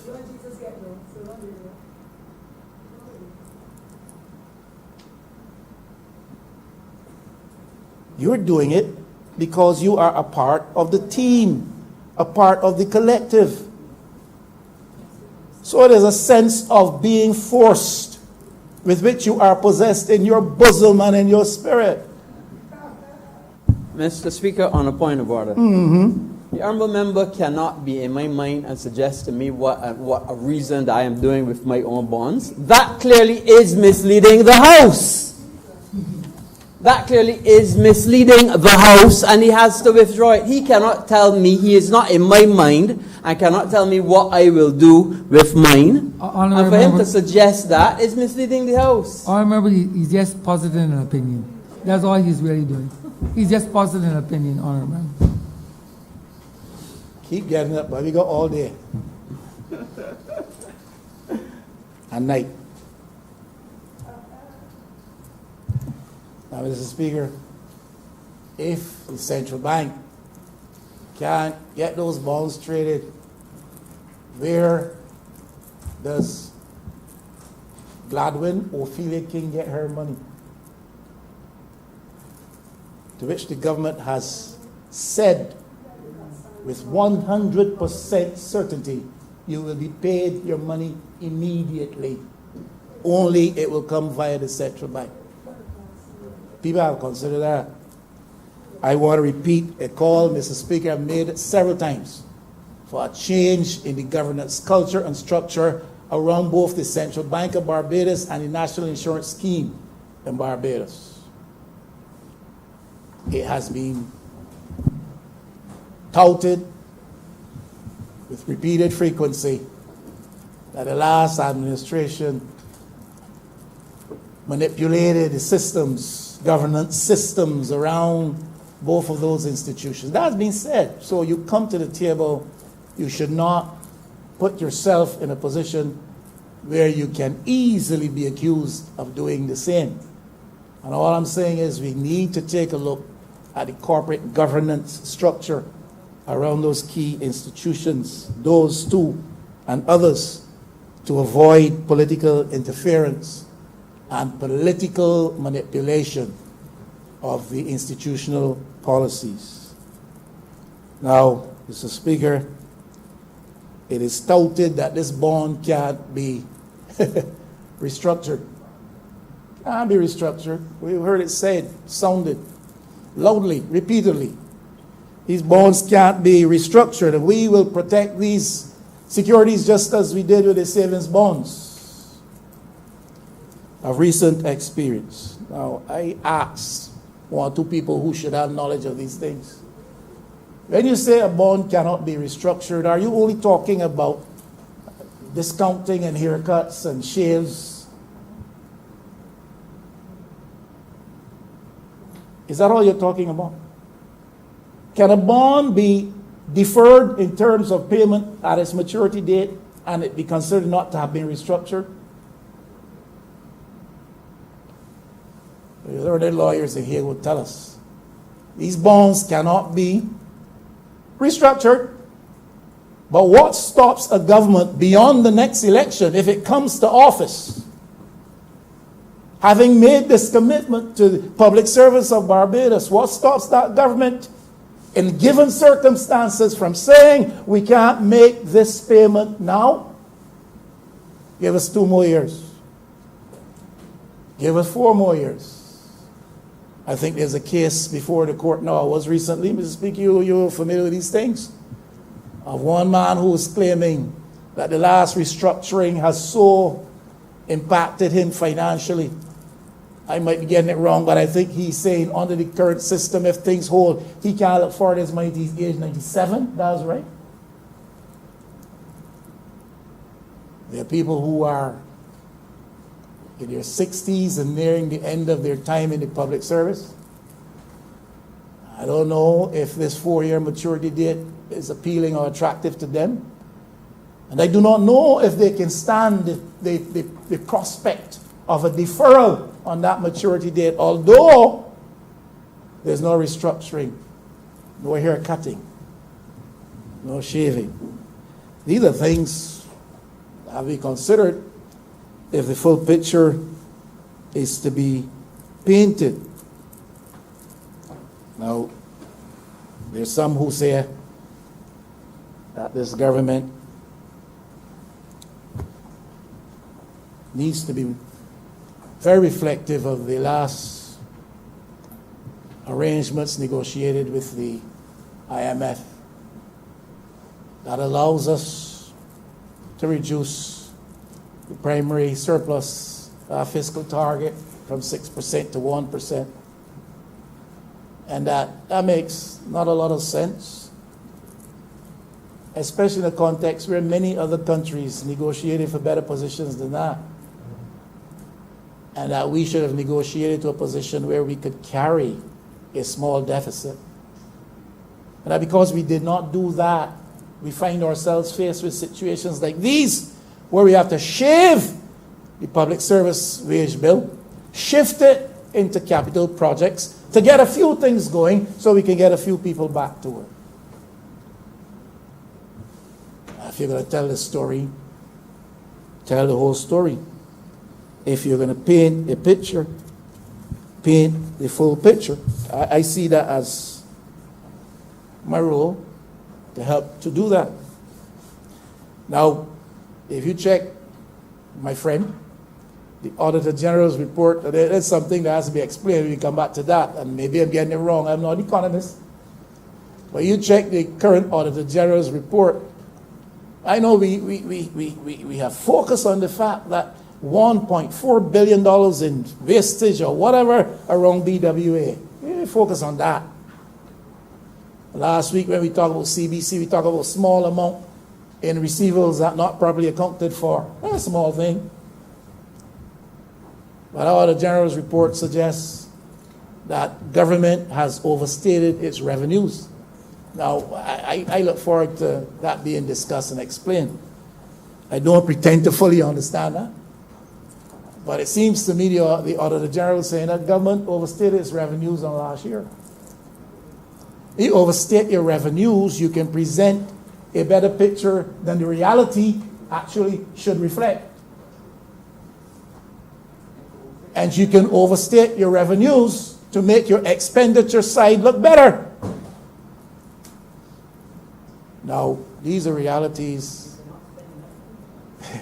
These are realities with which we have to come face to face. So I really want to move on. I'm not sure about the role of the central bank. I don't know about the legal basis for paying people with bonds and that type of thing. I was reading some of the contributions of Honourable to debate in this chamber. Of course, not in this building. And one of the things he was saying, the administration of 71 to 75, that people should be paid in the coinage of the rem. People should be paid in the coinage, in the currency of the rem. I don't know that bonds before today constituted part of the currency of the rem. A couple of questions, Mr. Speaker. One of the Barbados Labour Party, since I left, one of the Barbados Labour Party has changed its philosophy as outlined in the Protection of Wages Act. Taken their position, has changed their position relative to the Democratic Labour Party's attempt to cut salaries, make adjustments on salaries, and the position the party held on the constitutional amendment to public servant salary.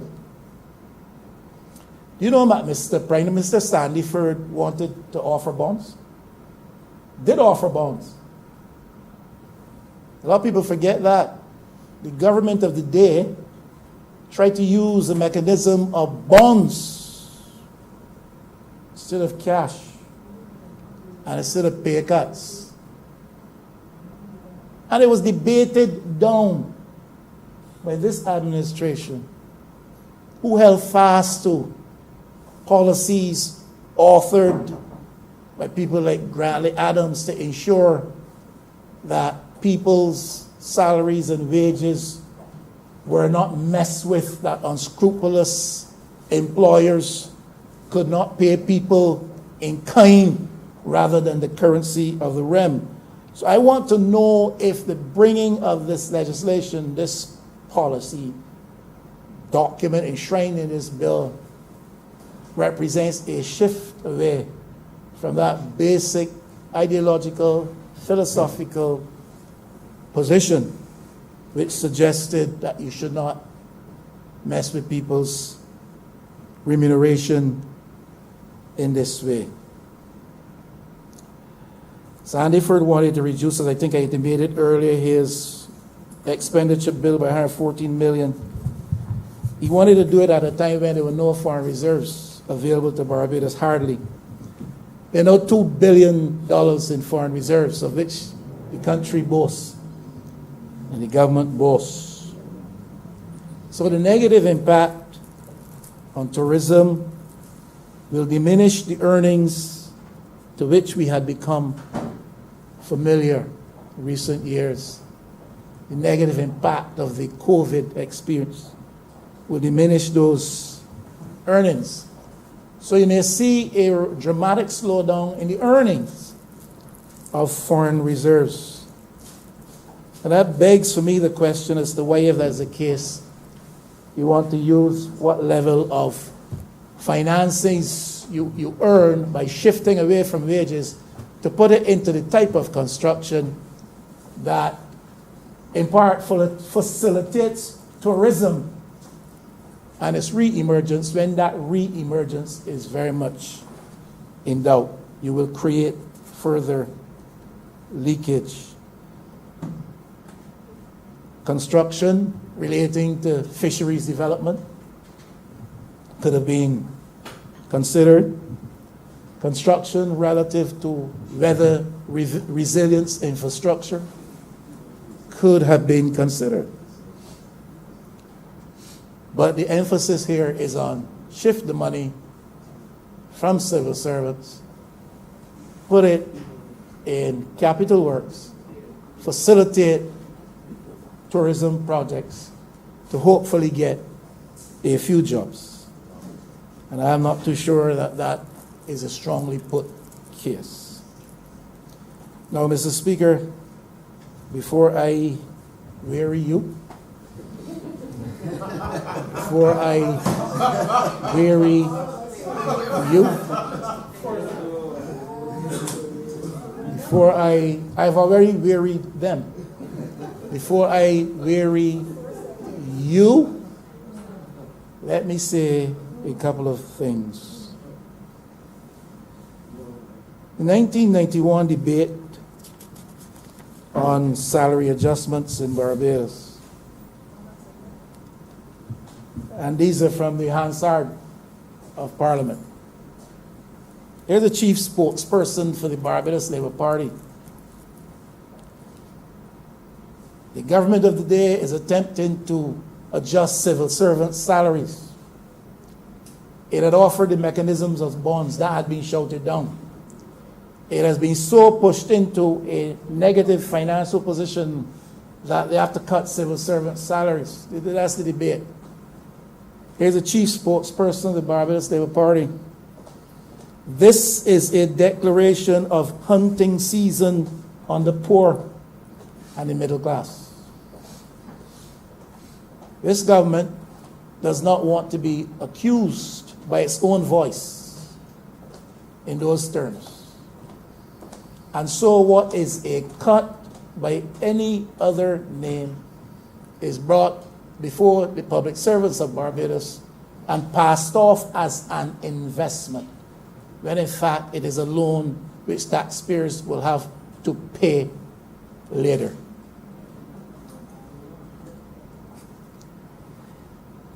Chief spokesperson for the Barbados Labour Party at the time forced savings on people who can't meet their normal expenses, people with mortgage payments and other commitments. That is the voice of the chief spokesperson for the Barbados Day Party at the time. These are the considerations of importance to him. People with mortgage payments and other commitments, because there's a sense of pressure, may find themselves subject to this boss scheme when already they're struggling to meet their normal expenses. And yes, they have options.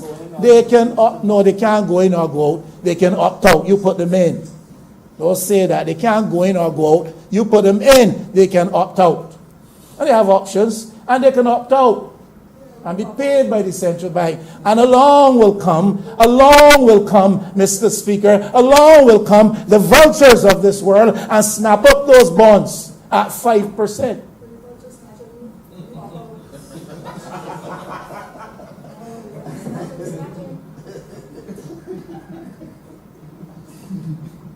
Continue, Honourable. You understand where I'm coming from, Mr. Speaker? Don't mind them laughing. They know truth, at least most of them. Some of them don't. Some of them don't. And they exist in blissful ignorance. That's all right. That's all right.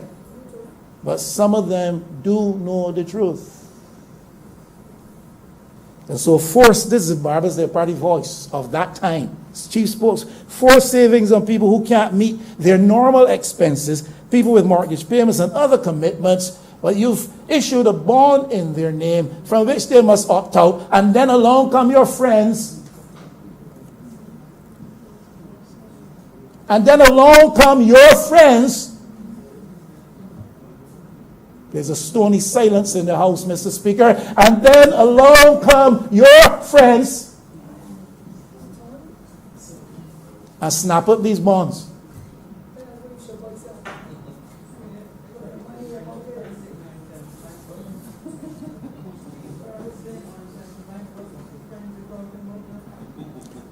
Because here's the context.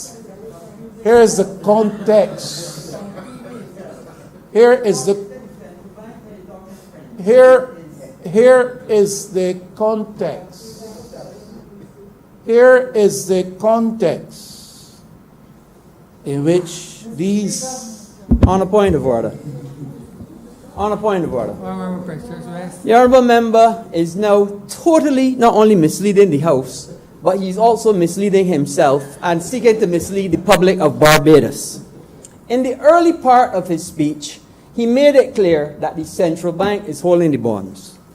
Now he comes and tells us that our friends are going to claim the bonds. Which one is it? Is it friends claiming the bonds, or is it the central bank owning the bonds? He cannot have it both ways. He is continuing to mislead the House, and it should be struck from the record. Continue, Honourable. This honorable gentleman is a Barbados scholar, you know. I give way to his brand of wisdom any day. The context. Or should I deal with it? Honourable, continue. You're telling me not to deal with it, Mr. Speaker? Member, continue your speech, sir. Because I do not understand why he should think that these two things are exclusive the one from the other. Anyhow, he is a Barbados scholar. Now, the context of these forced savings, of which that voice of that party then in 1991 just spoke, of people struggling to make ends meet, struggling to pay their mortgages, etc. People feeling a sense of being hunted because the season has been declared upon them. The context of these forced savings that we're discussing now: increased taxation, raising prices despite the removal of NSRL. I voted to help remove that. But raising prices despite that. Increased water rates and garbage rates that public servants have been complaining about. Increased bus fares, increased bank charges, health levy, fuel pump increases that the transport sector has been complaining bitterly about. Online transaction charges. That's part of the context in which these bonds are being offered to people on the basis, let me be charitable, of saying to them, this is an investment, and 4 years down the road, 5%. There is the context here. You know? So the civil servant, public servant, who feels a sense of pressure, who feels a sense of vulnerability and exposure to the system, and feels therefore compelled to sign on, or not to sign out, I should say, because they already signed on. There's a context in which it's happening, you know, Mr. Speaker. The Prime Minister has spoken of this as an investment. Well, I don't think she mentioned it today, but certainly she's mentioned it before, and others, I'm sure, would tout that point today, that this is an investment. I asked the question earlier, if it's really an investment opportunity for Barbadians, why only 14,000 public servants out of 130,000 workers in Barbados, at least before COVID? Why only 14,000 if this is such a useful investment? Answer, there's a simple mechanism to help government get from point A to point B. That's government's interest. But they have to sell it. So they label it investment and change the name from forced savings to boss scheme. Yay. Now, I just asked why 14,000 out of 130. Let me go back again to the debate of 1991. And another voice out of the Barbados Labour Party at the time. Of the 100,000 workers in the country, why were only 23,000 public servants targeted to make the sacrifice required then? Prime Minister began today by talking about how noble a sacrifice and a cause this is that we're serving, and how Barbadians come together in such a way to respond to this without much cajoling, that it almost brings her, she said she was proud, I shouldn't say it, but almost brings her to tears. That this is twice Barbadians have rallied like that. Yeah? We're going to question that just now. But his voice out of 1990, where's the hand, sorry? Same question I'm asking, why 14,000 public servants out of 130,000 workers in Barbados? Because they're the captive audience. You can touch them, you can't touch the others as easily. This was one Richard Cheltenham, known to you, sir. Sir Richard Cheltenham. He was Richard Cheltenham then. Sir Richard Cheltenham now. Of the 100,000 workers in the country, why were only 23,000 public servants targeted to make the sacrifice? Same question. Same question. Same question. The only difference is, back then, Erskine Sandiford called it a cut. Right now, we say it's a boss plan. Not the same.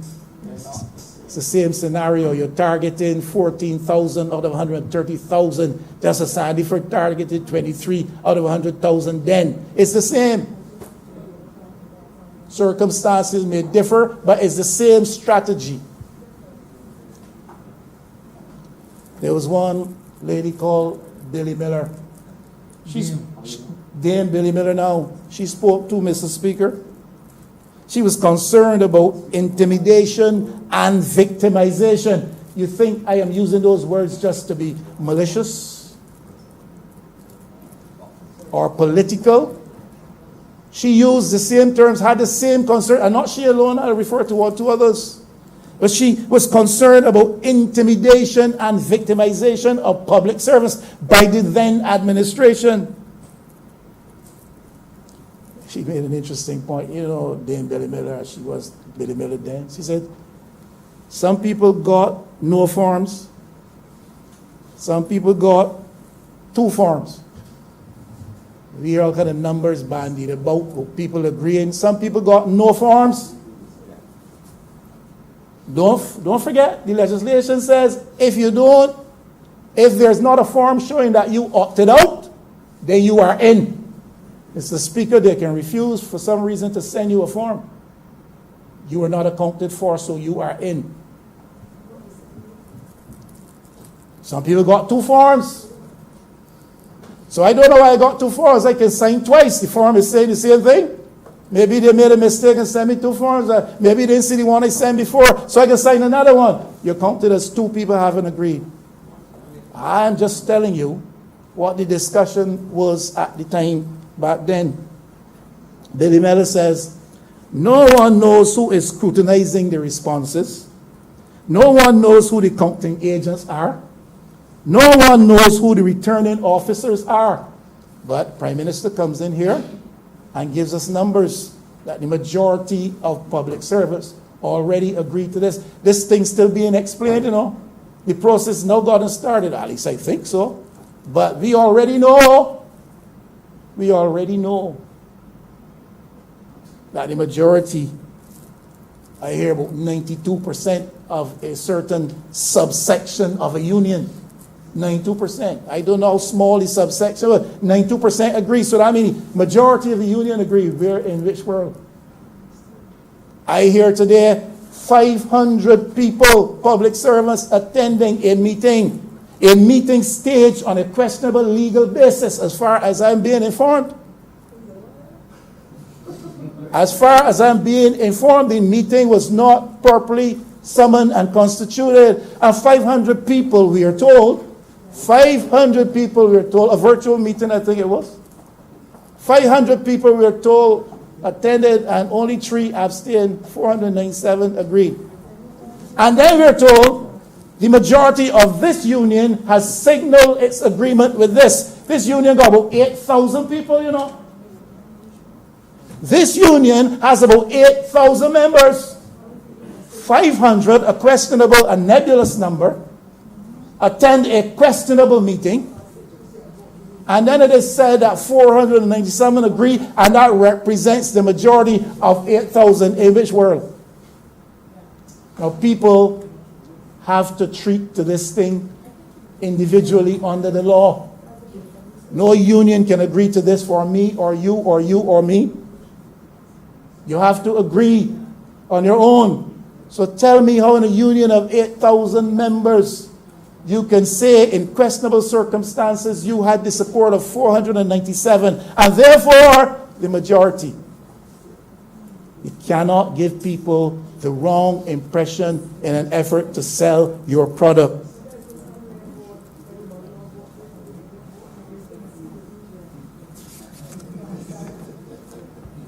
There's a guy called David Simmons. He's now Sir David Simmons. It seems as though you get these titles when once you've said the right things in the Parliament of Barbados. Yeah? One fella called David said, Mr. Speaker, you know, I know when laughter is genuine. I know when it expresses a discomfort and a level of guilt.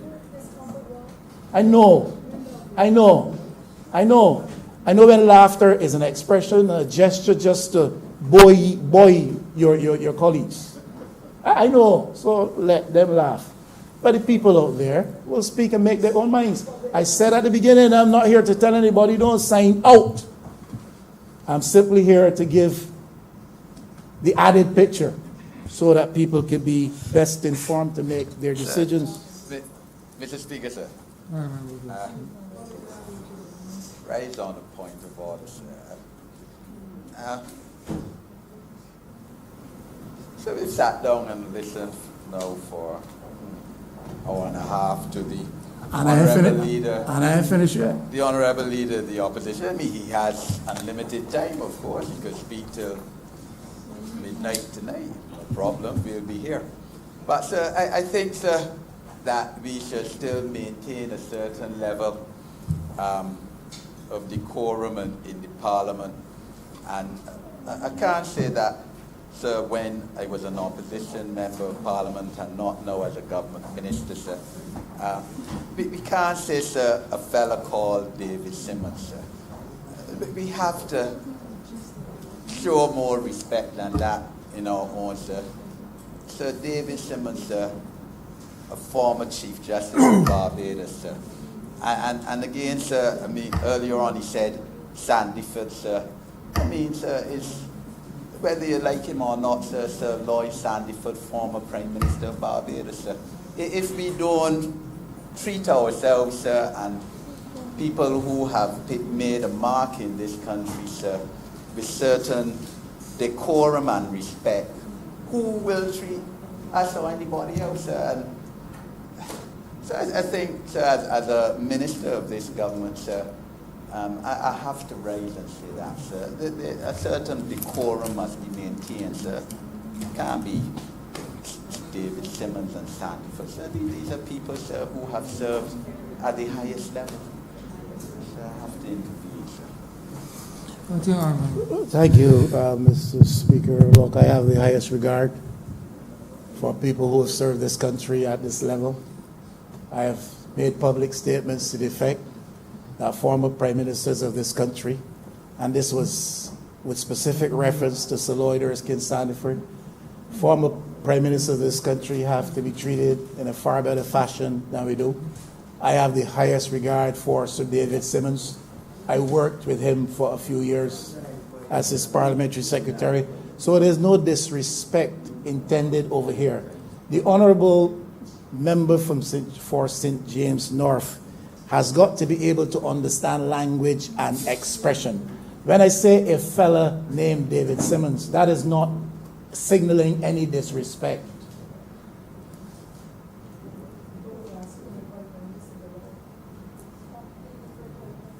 Continue, Honourable member.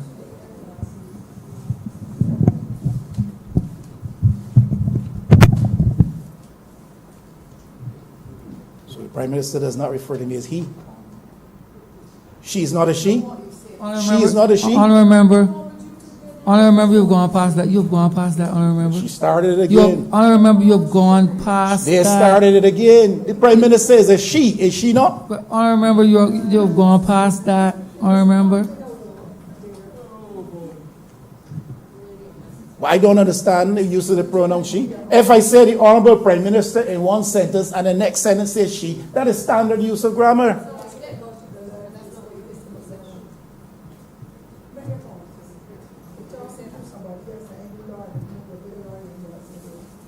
Fellow called Sir David Simmons, but he was not Sir David Simmons then, sir. He was David Simmons, MP then, member for St. Thomas. Member for St. Thomas at that time. You know what he said? He said this. You said 10,000 people support this option for a cut. But that is 10,000 out of 22,000. How is that a majority? That was his concern. You said 10,000 support the cut. But how is 10,000 out of a public service then of 22,000 or thereabouts a majority? And we hear it said in this chamber that 497 people and 92% of some small subgroup of a larger group constitutes a majority of public servants in Barbados. And the support is so overwhelming that it is overwhelming. The more things change, the more they remain the same. This is the same arguments from back then.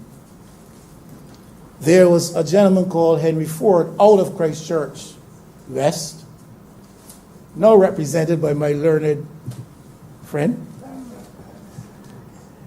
He's now Sir Henry Ford too. Here's what he said. These are his words. This is Hansard. These are his words. We are coming to see a Burnham-style government envelop Barbados. That's what he said back. This was his concern. We are coming to see a Forbes Burnham-style government envelop Barbados. I pray to God, these are his words, that Barbadians will have the common sense in time to get up and speak out. He was concerned that there were no safeguards for the secrecy of the vote taken by the public workers in this country. He said, I have never known any proper poll or referendum taken on anything anywhere where people had to sign their names. He said, and these are his words, the Prime Minister must know that in a small community such as Barbados, there is the constant fear of victimization. Same concerns 30 years ago. He said further, hear me carefully, paying people in bonds is unconstitutional. Sir Henry Ford became leader of the party in administration today, leader of the opposition, a legal luminary in this country. Hear him. Paying people in bonds is unconstitutional and against the Protection of Wages Act. That legislation was put on the books in 1951 to ensure that unscrupulous employers could not pay workers in other than the coin of the realm, legal tender, as the leader of that party some years ago. He went on, if Prime Minister Sandyford says that public servants have to be paid in bonds, tell him it is contrary to the laws of Barbados. It is also contrary to the Constitution, which established right of protection of property, and salary or money is property. We will fight the DLP legally every step of the way. That is not only Henry Ford, that is Sir Henry Ford. But there was a fella in that parliament then called George Payne, the Honourable George Walton Payne. He spoke then too, doesn't speak now, but he spoke then. He says, this measure undermines the sanctity of the trade union process and the movement, and it raises query about the relationship between unions and political administrations. Same concerns that people have today. This is the Honourable George Payne then, in the 1990s. There is a fellow called Delisle Bradshaw, whom I have here listed as Braddy. There's a fellow, and the reason I have him here listed as Braddy, because to me it's a note that carries a sense of endearment. There's a fellow called Delisle Bradshaw, Honourable Delisle Bradshaw then. He does not have a sir behind his name, but he spoke too. And he also spoke to the matter of concern about undermining organized labor. So he and the Honourable George Payne were on the same page. He spoke about the undermining of organized labor in Barbados. Mr. Speaker, people today are very concerned about what some see as the undermining of organized labor. Labor unions were birthed in a context of struggle.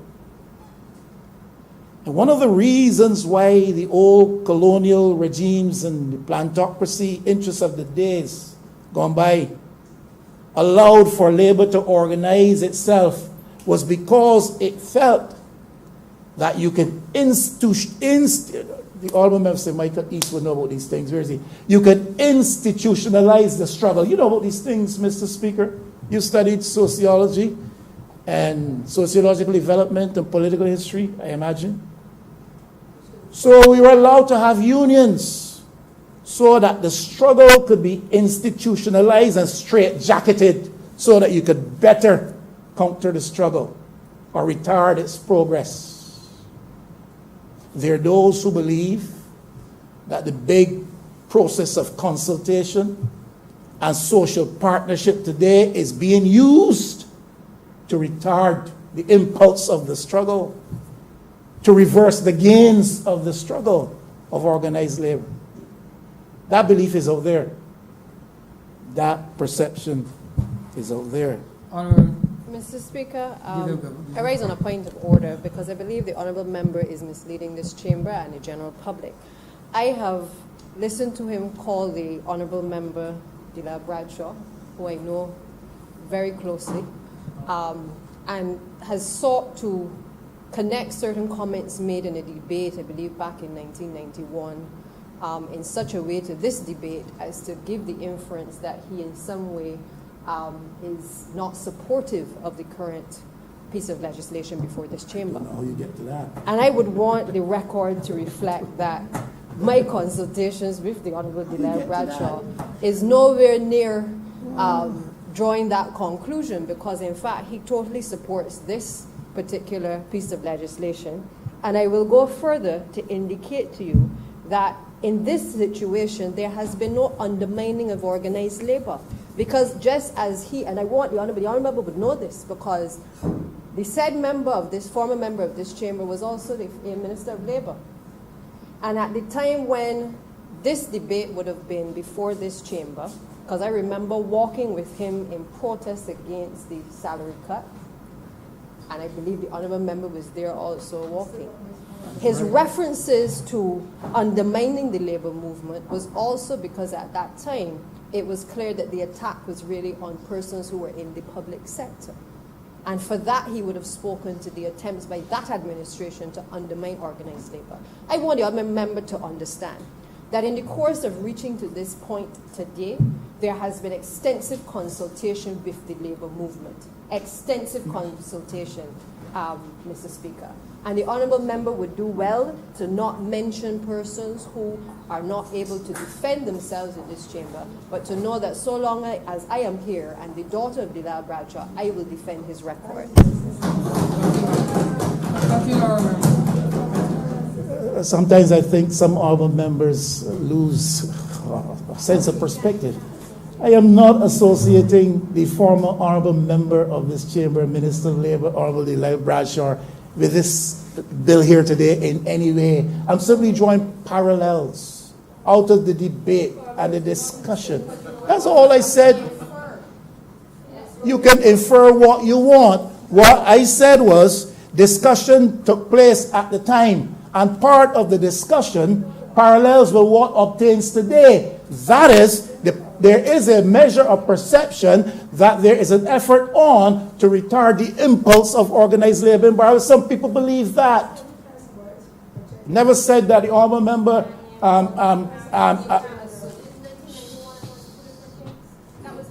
Mr. Speaker, I will leave them because I think reason has departed those minds. Oh yeah, I'm carrying somebody else's agenda. It used to be going after us. I wonder whose is it now. I wonder whose it is now. You used to say it was Oinatha's agenda. I wonder whose it is now. You see, you people over there, let me go there. Because some members in here may not be able to think for themselves.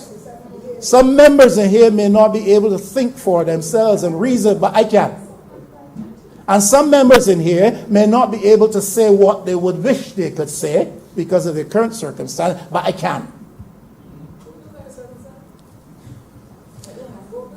So the feeling was back then, workers should not be used as pawns to achieve the government's ends.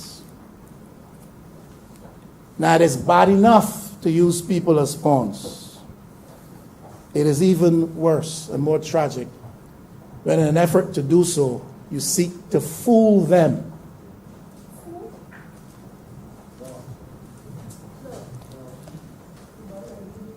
There was an honourable member. There was an honourable member, Mr. Speaker, by the name of Louis Tull. He spoke too.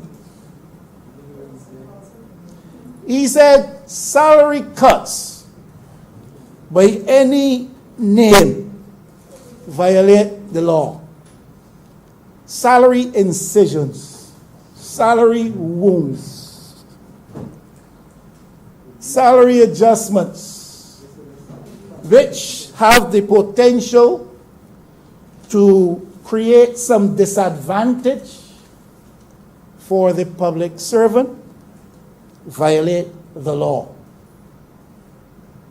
It should be said, the interest rates that you get on these bonds is 5%. You don't get anywhere near that in the bank. It should be said, and it has been said. But it should also be said, the truth is, this is a loan, which when we have to pay it back, we have to charge you. You can't tell me how to speak. Cannot tell me how to speak.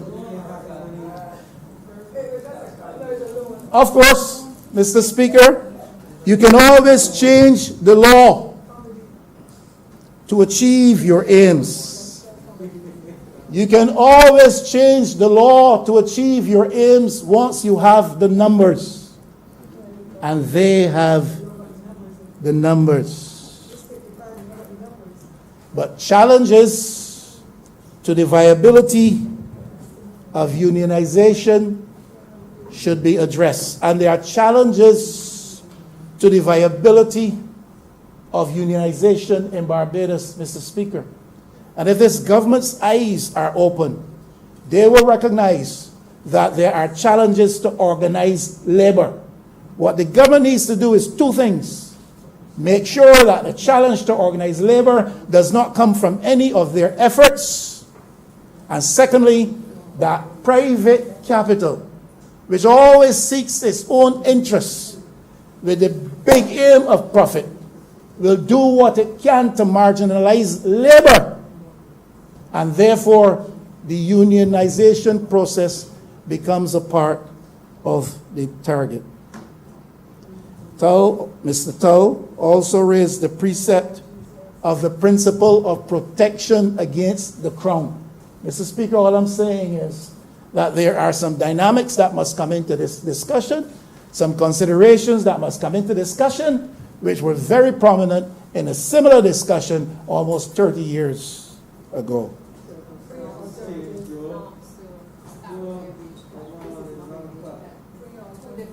Mr. Speaker, the press has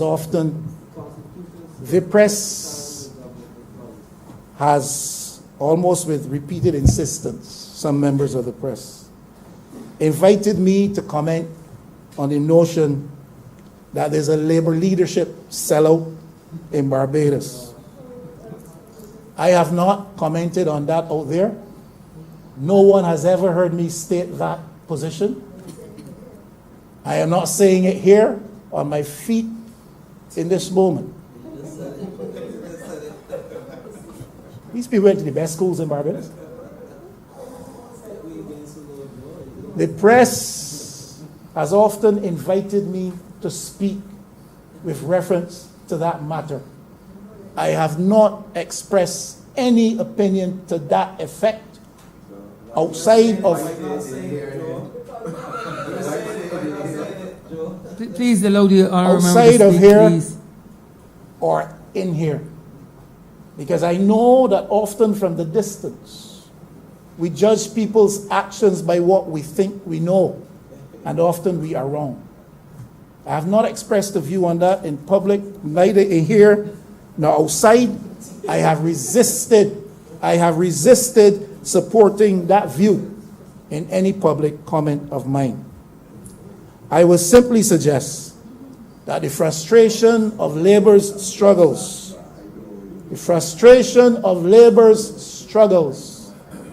revolves around two things, Mr. Speaker. Historically in the Caribbean and elsewhere, frustrating of labor's struggles revolves around two things. One, the neutering of organized labor by the targeted use of capital's finances in the direction that it politically favors. In other words, private interests support their political interests to try to suppress things like unionization. That is a theory. Historically, that has been the practice. It's investment power, that is the investment power of capital, over administrations in weak economies. That is a second consideration. So private capital favors certain political interests, it supports those interests, and therefore those interests can play back to the interests of that private capital in neutering unionization. They also wield an enormous amount of investment power in weak economies. This government has to be careful that those who come with a powerful investment dollars, whether they're from inside or outside, does not so wield that power that it becomes an agent in the process of neutering the process of organized labor in Barbados.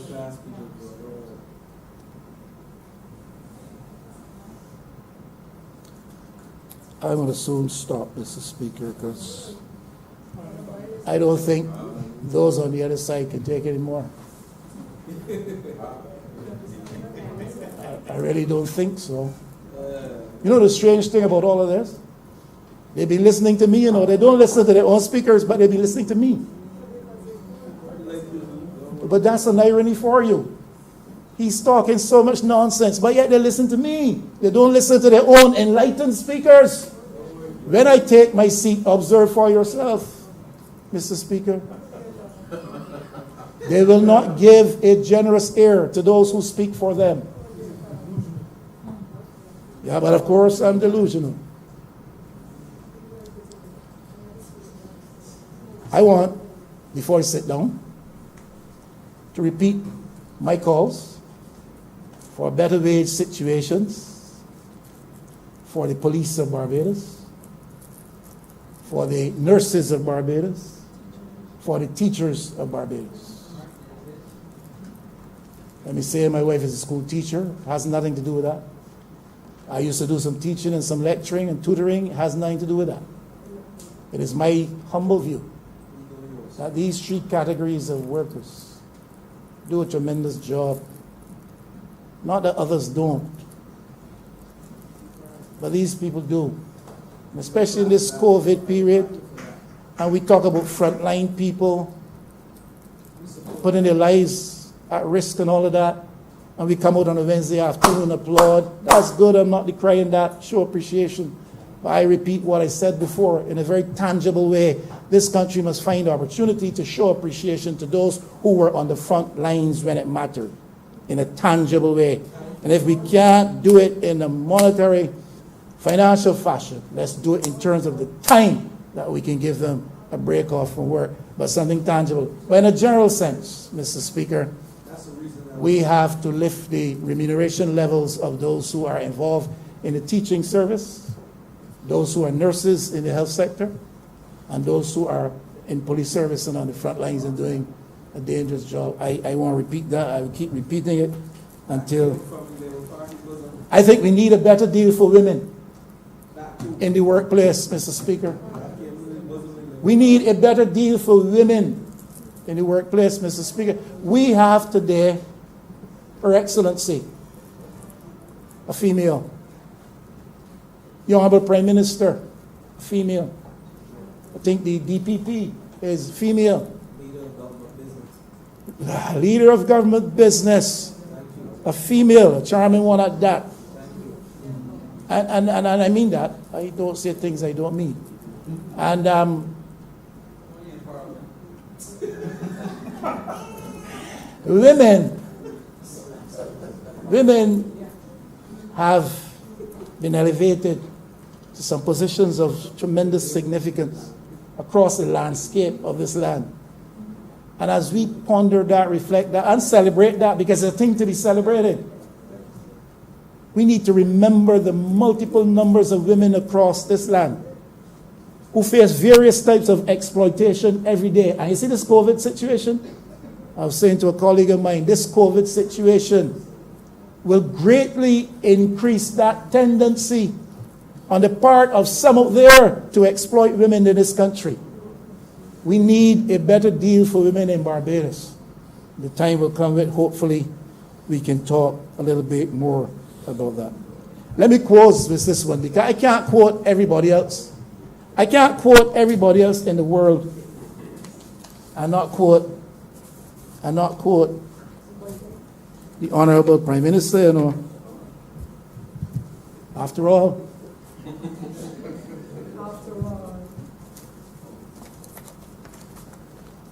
sir, this is the debate about the constitutional amendment, reference to salary. Sir, this is Hazard. Sir, I have no difficulty whatsoever in supporting this amendment to the Constitution because it seeks philosophically to correct a principle which in my view is flawed in its very nature, that the public servants of this country who constitute but only 25% of the labor force, that the public servants of this country who are only but 10% of the population should be the ones to bear the brunt of an adjustment in times of economic hardship.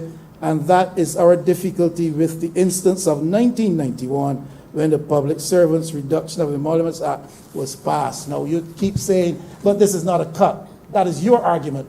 My argument is that this is a cut by another name. And we ain't going back there today. Still a cut. So you argue what you want, but I have to make public servants understand that this investment of which you speak is subject to certain jeopardy and risk going down the road, and they must be made aware. To pay, government must tax the public purse to pay. It will be paid in a time probably of increasing inflation. I repeat it because you haven't heard it yet. The value of money changes over time.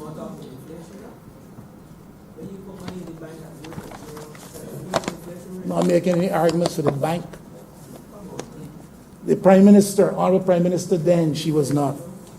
It is not 10% of the population who owes 90% of the wealth in the country, but it was public servants numbering some 25,000, struggling to steer on a tightrope to keep ends together, struggling to stay on a tightrope to pay their mortgage, to be able to service other debts, to be able to keep their families together through the provision of food and other necessary items, to have a basic, decent existence that all parties in independence have promised them.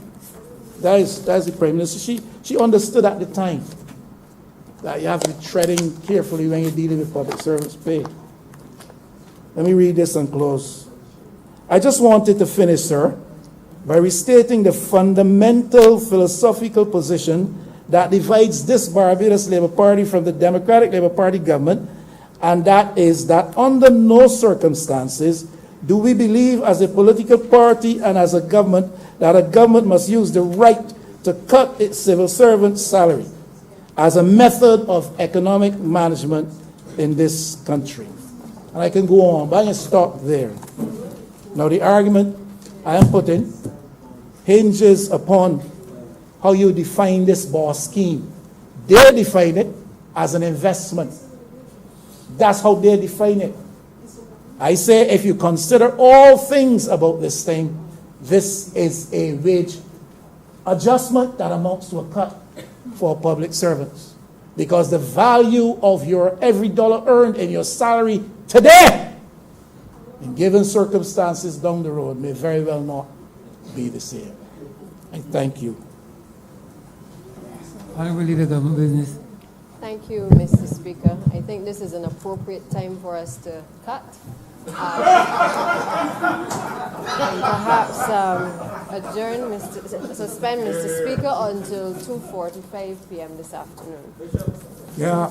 The question is that this Honourable Chamber stands suspended until 2:45 p.m. All those honourable members in favor, please say aye. All those against, please say no. We think the ayes have it. This Honourable Chamber stands suspended until until 2:45 p.m.